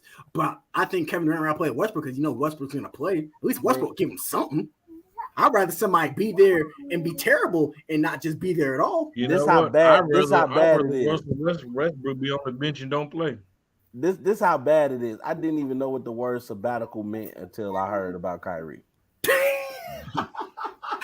Taking sabbaticals. Bro, there's three guys that legit miss basketball game. This Kyrie, Ben Simmons, and Kawhi Leonard. Them dudes just... I almost forgot Kawhi Leonard was in the NBA. Somebody said Kawhi Leonard. I said he so do play for the Clippers, don't he? I'm gonna tell you one thing: the biggest mistakes in NBA history is Paul George and Kawhi Leonard going to the Clippers over the Lakers, and they're going to regret that. No, Not everybody wants to play with LeBron, Fred. Some people just want to win. It don't matter.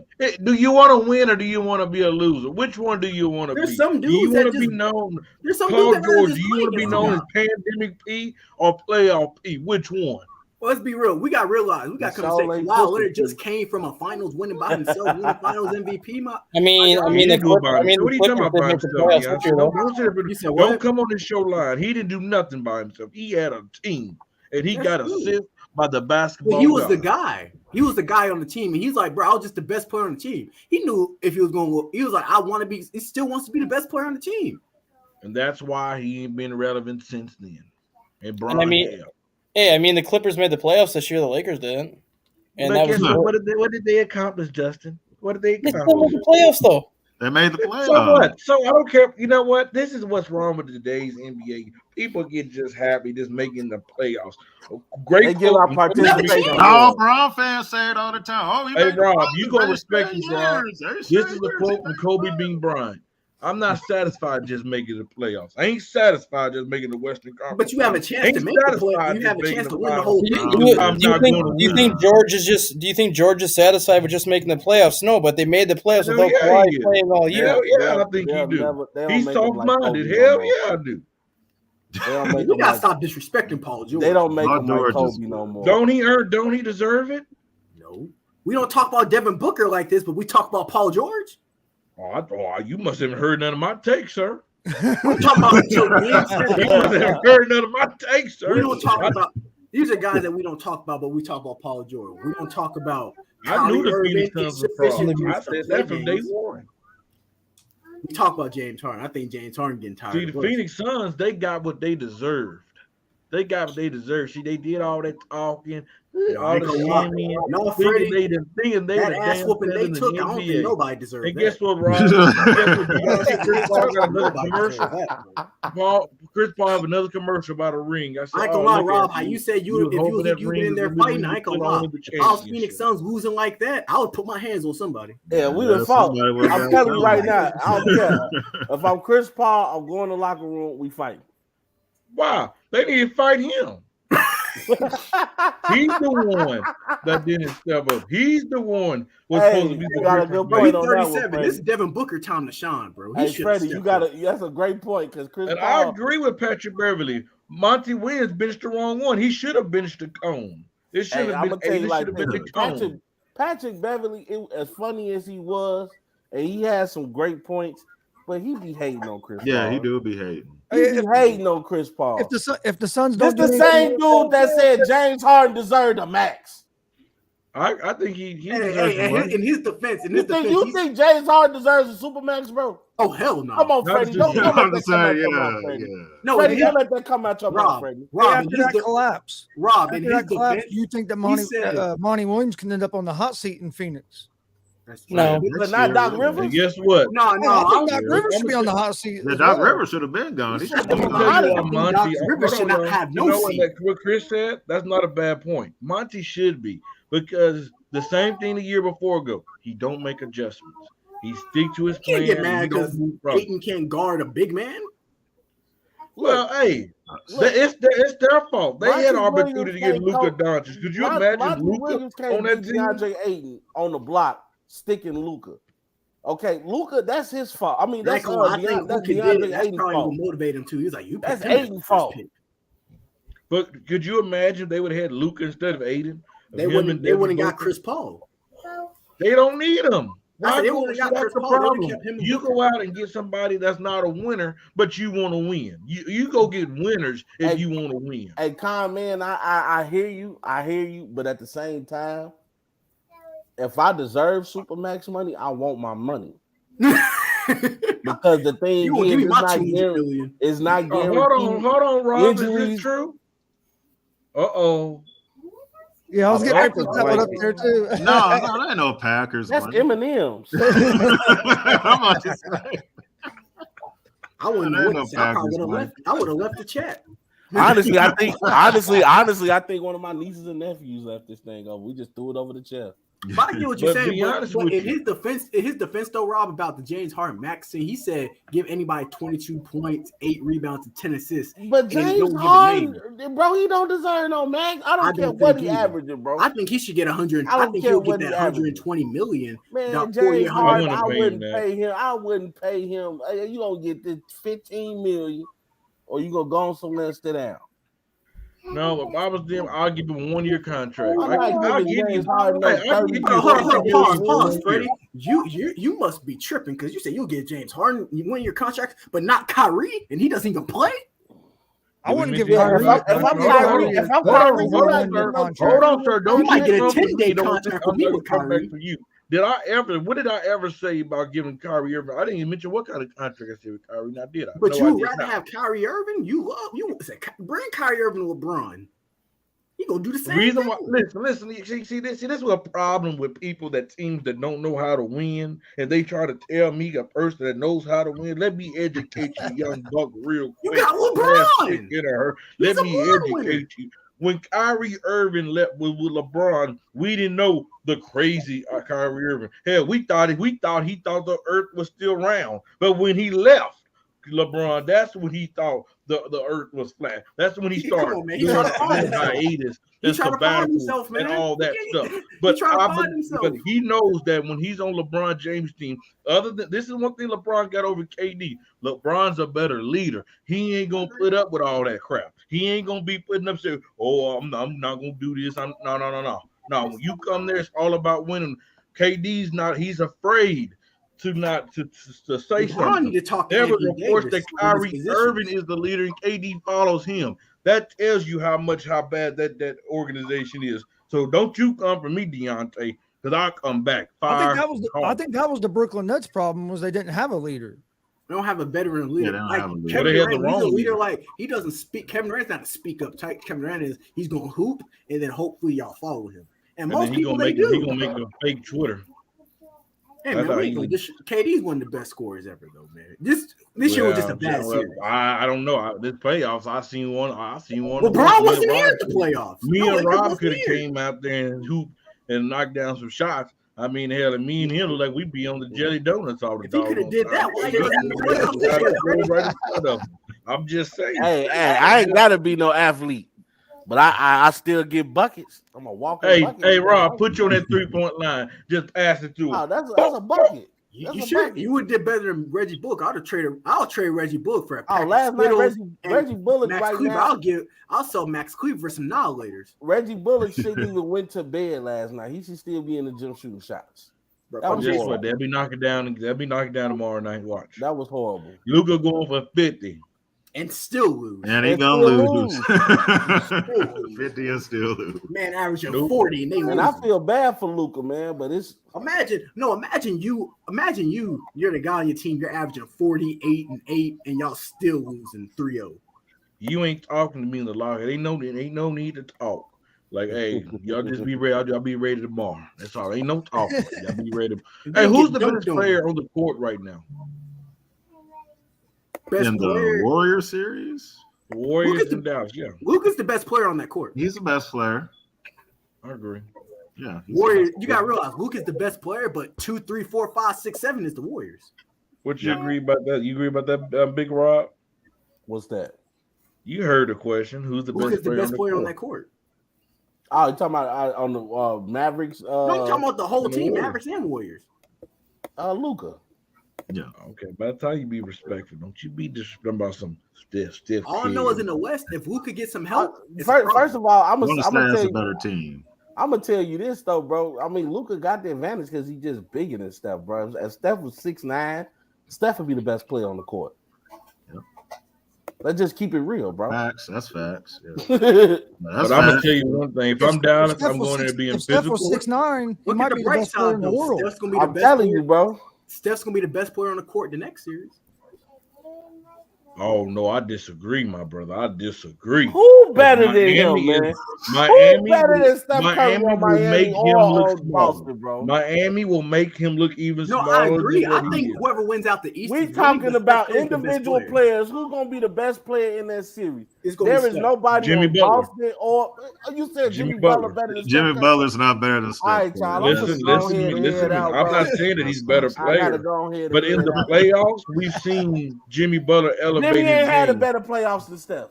Steph Curry, at times, he run away from the moment. So let's not sit up here and do that, sir. Game 6, like Clay went off. Okay. Kevon Looney had 22 boards against the Grizzlies. Like they're having great around. Butler legit. But rest of Miami Heat team will have 12 points, and Butler will have like 40. Butler had Butler's the first player in NBA history to have 40 points in three of his opening games in the playoffs. Jimmy he had Butler 40 against the the Heat. The Hawks, he had 40 against the Sixers, and he had 40 against Miami. Against Boston. So Butler's been hooping like crazy. Butler's balling. And I'll get everybody say Luka, but Butler this year, Butler is reaching. It's not just this year, Deontay. This is who Jimmy Butler is.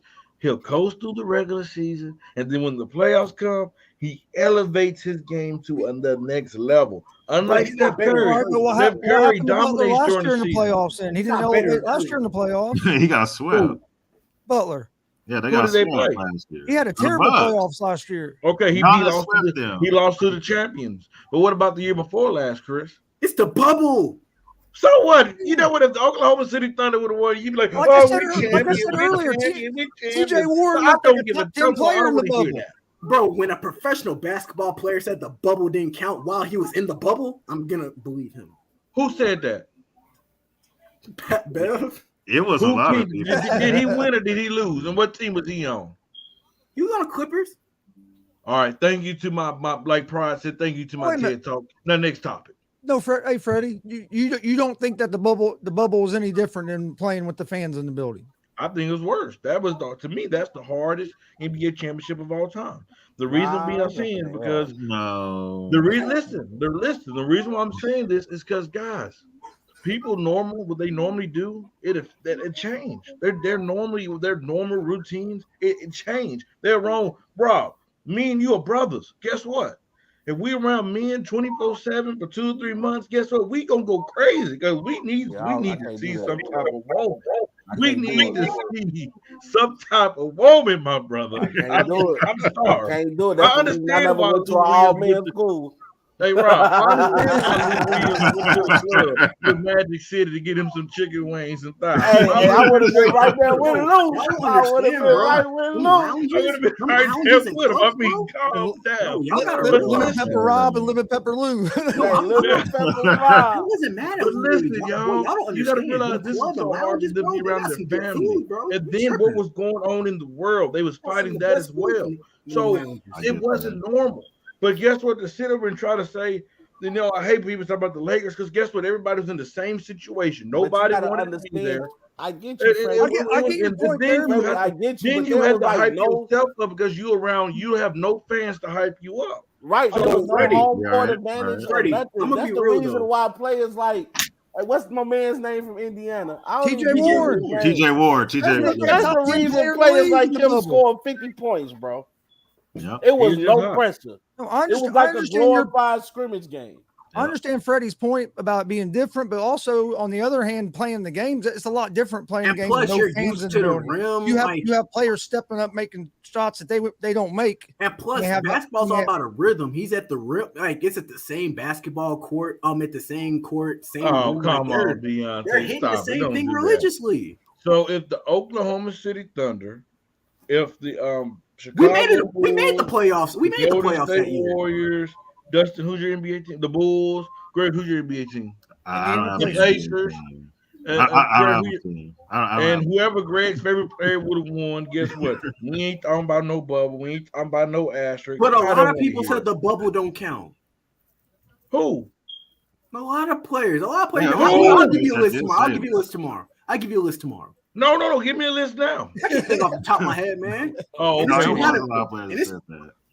But the Lakers were the only one that Patrick wanted to Beverley. be. The Lakers were the only one that was That's all I'm for gonna the say. bubble. Every team after that bubble, besides Miami, has not been the same team since they've been out.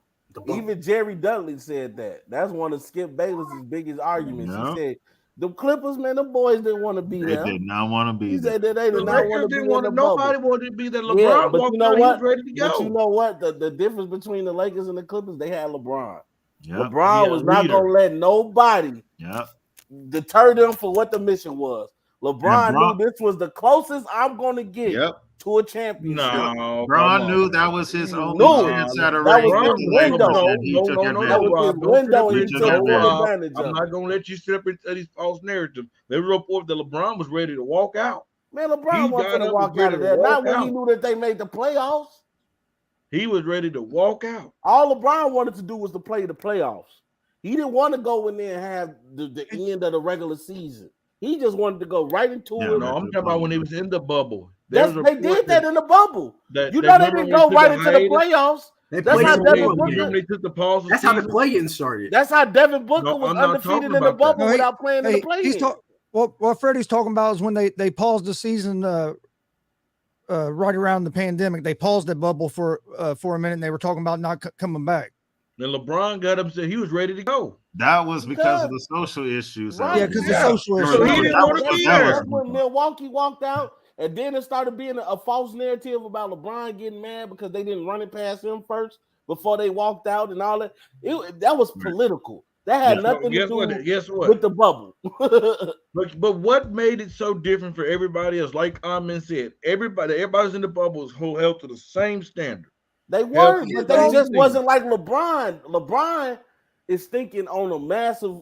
See, this is what y'all do right now. This is what y'all do. LeBron is thinking about his legacy, bro. About LeBron and the Lakers. That's what y'all do. It's not I'm no not making an excuse I'm about happy LeBron. that I'm just saying. I understand that he won because of his focus. I'm not discrediting that win. I'm not gonna sit up here and say that, you know what I'm saying, that the bubble didn't count. But what I'm saying is LeBron understood what the mission was. I can't help that other players didn't understand that.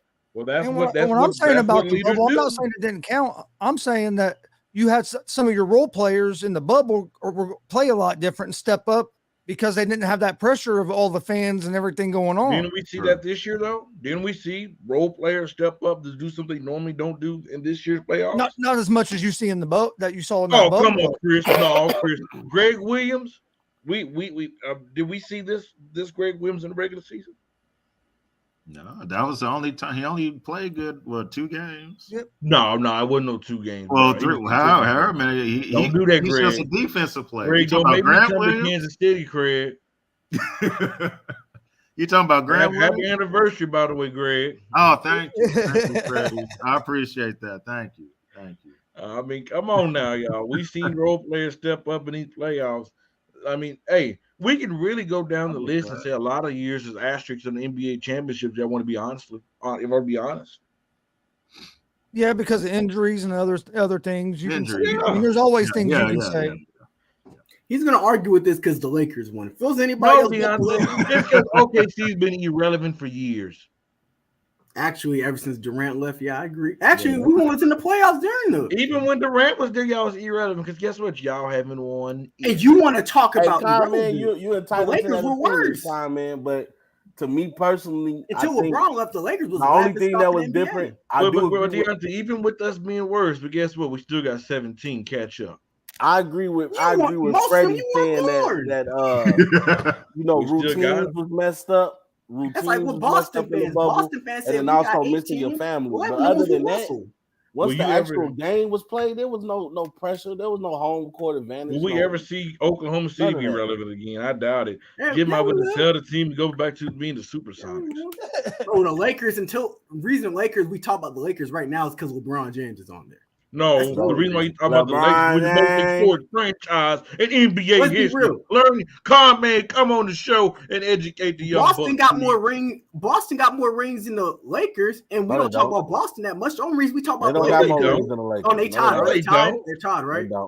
Young Buck, you need to learn something. No, they don't. Come on the show. I forget the bubble. Educate them. I forget the bubble.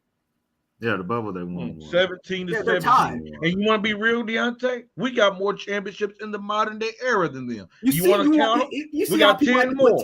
We got 10 more than them. Are you a modern day? Are you saying you're a we talking about championships now. In the last 5 minutes, are you a Boston Celtics fan now? Are you a Boston Celtics fan now? No. I'm just saying you're talking about championships now. You want to bring up modern era? Yes, I did. Brought up 17. Who got more? It's time. They got 17 apiece. All right, before we gotta get out of here, let's get final thoughts on tonight's basketball games. Oh, Boston beating Miami. Boston and Miami. Who wins tonight? Boston beat Miami, and Miami win the next two. Boston. It's Miami. Boston tonight. Boston is 6. Kyle Lowry's back. Hey, Jimmy Butler will be on the court. No, I doubt Robert Williams will play. That means Bam gonna have another dominant name on the inside. Game inside where Boston cannot stop him. Right now they're saying it won't even be close, honestly. Right now they're saying Jimmy Butler is a game time decision. He's going to warm up and see how it feels. That means he's playing. Tyler Hero is out. Yeah, he's out. Tyler Hero. But the good thing is even if Miami decides not to play Jimmy, the fact that they won Game 3 gives them the option to do that. Yeah. Yes. Yeah, that's true. Because now it's not a dire. I need to win. What time does OKC play, y'all? I want to watch that game tonight. Same time the Lakers play. Lakers playing well, if you Lakers playing your Rodale job right now. You're right. We're shining our trophies right now. Something that you don't have. Hey, you can tell we was having fun. Everybody hopped on, boy. That's what I'm talking about. This afternoon show was live today, baby. It was live. Sure. Hey, but we already know Warriors about to sweep, and they'll be raising their championship again. And all the haters that said that the Warriors wasn't going back to the finals, you know what you can do with that thought. You know what, Rob? It's funny how you didn't jump teams. How did I jump teams? How? You used to be a big Chicago Bull. I'm still in. DeMar DeRozan. No, not DeMar DeRozan, DeMar DeChosen. But now all of a sudden you Golden State Warriors fan. Everybody knows Steph Curry, my guy. I agree. Yeah, I know he had to go to work, but everybody knows Steph Curry, my guy. Yeah, hey, since I've known Rob, he's been a Bulls fan, but he is a Steph Curry fan. I'm a Steph Curry fan. I just admitted. I'm a Pacer fan. I don't have no other teams. I just enjoy watching the games. Look, like I just admitted, I used to ride for the Patriots. Why? Because Tom Brady played for the Patriots. When Tom Brady left the Patriots, guess who left the Patriots? So did I. So you're not loyal to nobody. No, I'm loyal to my favorute players. Man, and I hope you're not like this in marriage, boy. Because if so, I hope you're not like this in marriage, boy. Because if well, luckily for my wife, she's my favorite player. Luckily for her, boy, you ain't loyal to nothing. Yeah, I'm loyal to my favorite player. My wife, my favorite player. Hey, I'm glad because you ain't loyal to nothing, man. You can be on my team anytime, babe. I don't know, man. You're not loyal, so you might leave me hanging. How am I not loyal? Because I got favorite players. Yeah, I was a the only organization I'm loyal to is my city sports team. Like I'm always gonna be loyal to the Bulls. I'm always gonna be loyal to the Bears. But then I also have favorite players. You wearing a Golden State Warrior hat, not a Bulls hat, bro. Do you see, Freddie? We just met, so you don't know. I used to ride for the Lakers because Kobe was. Oh hell, you making it worse. End the show, Chris. Kobe was my that's number 3. Kobe was my favorite player, and I already said, Chris. What did I say? Since we know each other, Steph Curry became my official favorite player when Kobe officially retired, bro. Yeah, Deontay, you have any final thoughts? Ain't loyal. I think it's gonna be a Miami and Golden State finals. Yes, Lord. And Miami. Rob ain't loyal. No, Lord. All right. I want to thank everybody for joining us on the ASAP Afternoon Blitz. I want to thank Freddie for jumping on, Deontay for being on, Rob jumping on again, Greg. Had a great show today. We will see you guys tomorrow at 1 p.m. Eastern. Yes, sir. What show on ASAP follows us? Do you know, Freddie? I don't know. Y'all might see Freddie Facts could jump on here in a few minutes. I don't know. Oh no. I'll be on here. I'll be on here in a little while with my sports betting show as well. But we will see you guys tomorrow. Thanks for joining us. It's been the ASAP Afternoon Blitz. Yes, sir. Okay, sports all plays. Yeah. Whole sports all plays. Whole sports all plays. 365, we making a plays. We talking the game, get you through the days. We're high in the court, the down the lane. Variety, topics, living the same. All presentation, sports information. In the airways, taking the nation. Sport all plays, like working your faces. Grace at the field, so tie the laces. All sports all plays.